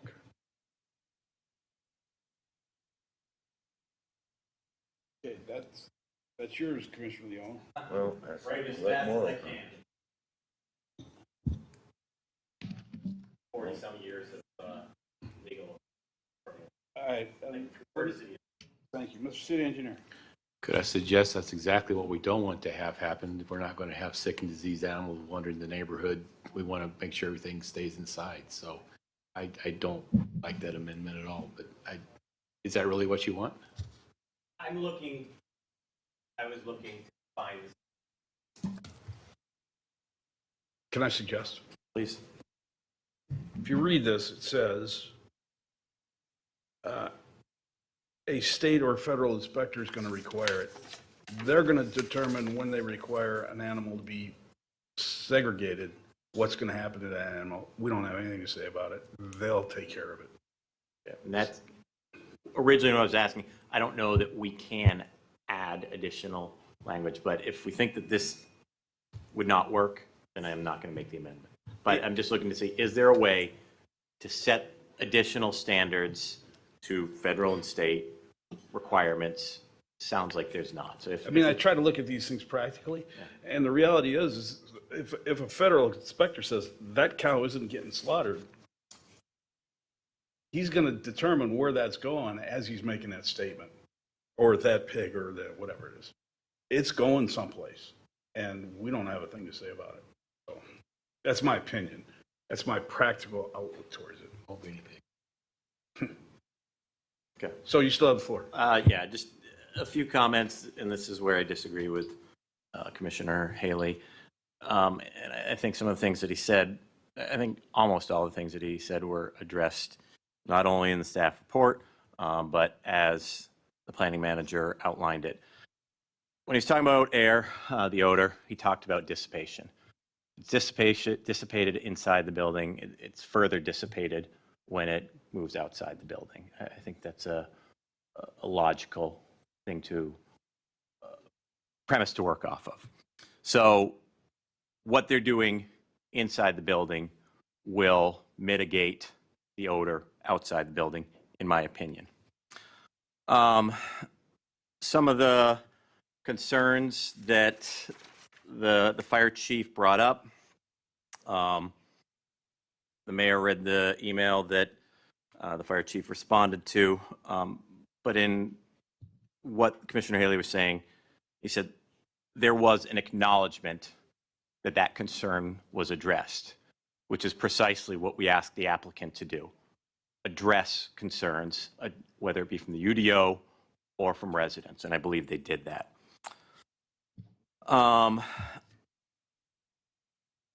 The Commissioner Haley referenced anecdotal. I think we've heard a lot of anecdotal stuff tonight. What I don't find anecdotal are the conditions that we have in here. I believe that those conditions are based off of standards, are based off of ordinance and existing precedent, research, that sort of thing. So I believe that along with what Strauss had previously proposed, and I understand now this might be a moot point, but I believe that they properly addressed those, and that's not anecdotal. And I would argue that most of what we heard in objection was in fact anecdotal, and that what we heard in support, whether from one member of the public and staff, was not anecdotal, that it was fact-based. That's my opinion. That's why I continue to support. Folks in the hallway, Officer D'Angelo, you folks in the hallway, can you have your conversation either side elsewhere, please? Thank you. Surreal. I don't hear it at all. Okay. It's coming right No, I at me. believe you. Oh, okay. I'm done. So where are we at here? So we had a motion, there's still discussion. I believe city engineer has some comments. Okay, Mr. City. I would like to respond to Commissioner Haley's comments about the traffic. I guess I would say that if cars are in conflict with the big trucks coming in and out on Monarch, it's because cars are driving on a commercial road, not necessarily that the trucks are driving on a residential road. Because even along Chicory, at least the ones facing Loomis is all expected to be some sort of a commercial kind of facility. It's not till you get to the very, I forget what that other road's called. The one to the east is where you start seeing homes go on. So I appreciate that you may have some cars in, I don't want to say in conflict, but on the same road as the trucks, but it's because they're on the truck roads, not because the trucks are on the residential roads. It is a public roadway. And so, but Loomis Road is it's the truck route. It is the truck route. So trucks are, especially that area of the city with all the trash trucks going in and out. I really hard to believe that that the trucks that we're going to see for this facility would be detrimental compared to all the trash trucks that are going up and down to the landfill and down through there. So I did want to address that.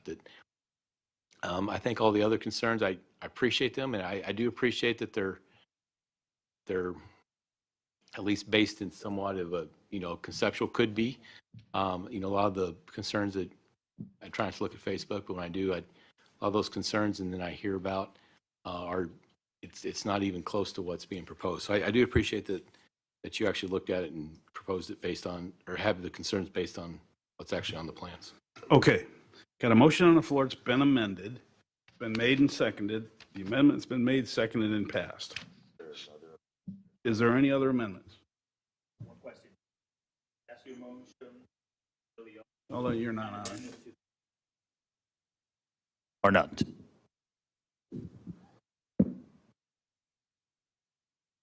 Oh, you're waiting for me. All right. I did not make an amendment to condition 7, only to condition 4. Okay. Thank you. Mr. City Attorney?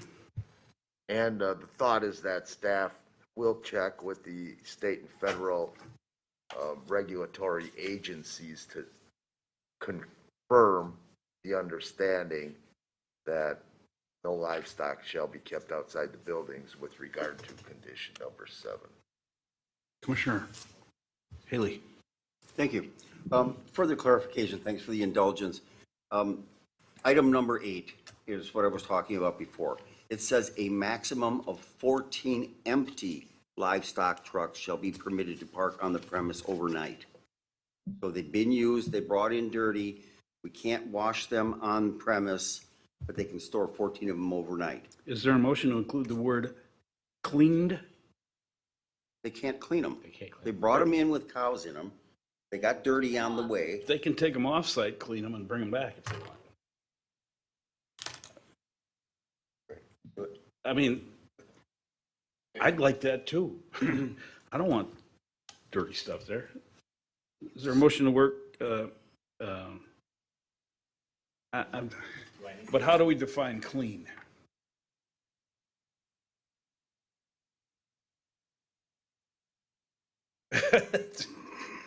Mary Maid clean? Sanitized. Commissioner Leon. You turn yourself off. Here you So go. I think I would have to make the amendment anyway. So what I would suggest is cleaned to applicable federal and/or state standards. So. Okay, moved and second. On that motion, all those in favor? Aye. Any opposed? Motion carries. Any other amendments to the main motion? Commissioner Alderwoman. No, we're on the special use. Apologize. All right, so on the special use, all those in favor? Do a roll call.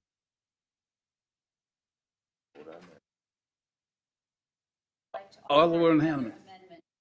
Oh, I just pushed your, okay, now you may. I'd like to offer another amendment. You just turned yourself, Green.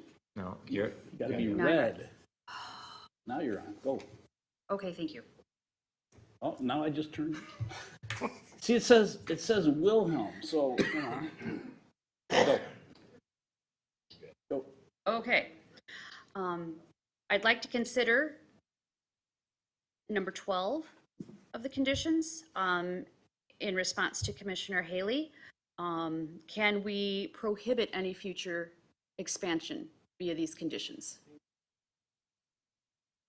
Just by saying no site plan amendments for future building expansion will be permitted. Is that legal? I'm going to argue for the taxpayers. I agree that there ought to be oversight and we ought to do public hearings, but I don't think we ought to prohibit it.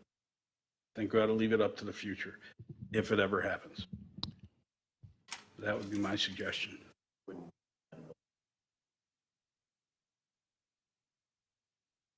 Mr. City Attorney. I dare say it's subject to the standards, the zoning district. And so that would be, by deleting that, you would be overriding whatever the UDO specifies for that district. Yeah, for example, the proposed floor area ratio right now, it's 33%, and this district allow for up to 85%. So they can have additional square footage, subject to the approval of a site plan amendment, of course. You could specify.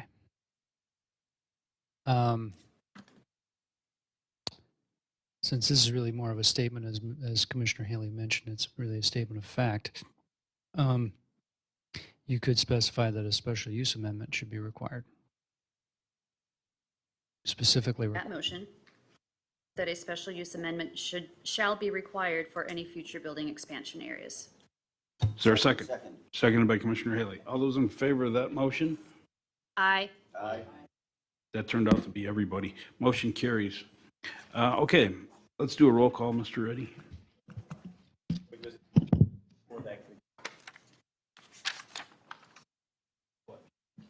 With the roll call, with the amendments to conditions 4, 8, and 12.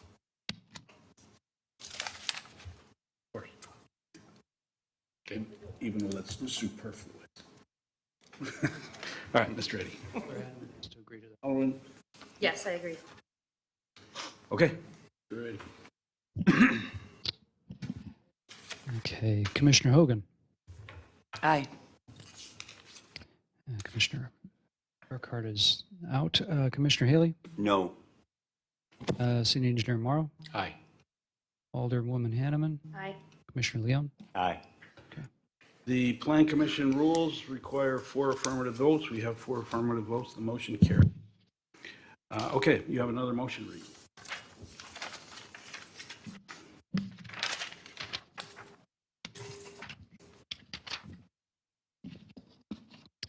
A motion to adopt a resolution approving a site plan for construction of a meat processing facility with associated cattle pen, harvest floor, carcass coolers, fabrication areas, packaging areas, warehouse areas, shipping docks, operations offices, employee welfare spaces, associated mechanical support facilities and spaces, a future development area, stormwater ponds, parking lot and truck and employee vehicle entrance drives, southwest corner of the intersection of West Loomis Road and the New York Monarch Drive, Lot 83 of Grand Meadows subdivision.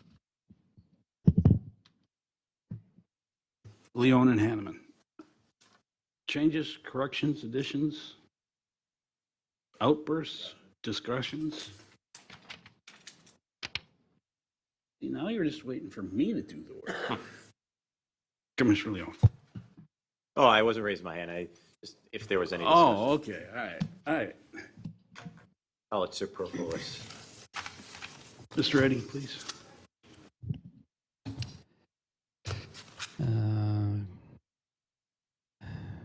Commissioner Leon, Aye. Alderwoman Hanneman, Aye. Engineer Morrow, Aye. Commissioner Haley, No. Commissioner Hogan. Aye. Again, the rules require 4 affirmative votes. We have 4 affirmative votes. The motion is 1. Motion therefore carries. With that, we've come to the end of that item. Is that correct? And we move on to parking lot expansion. Do you want to? Mayor, is this going to be long enough that we can take a bathroom break, or is this I pretty don't quick? think so. Okay. All right. I can wait. Could've went home And we welcome back Commissioner Burkhart at 10:21. Okay, next item is I lost my minutes somewhere in here. This is a site plan amendment for property at 2735 West Rawson Avenue, 7103 South 27th Street. Mr. Martinez. Yep.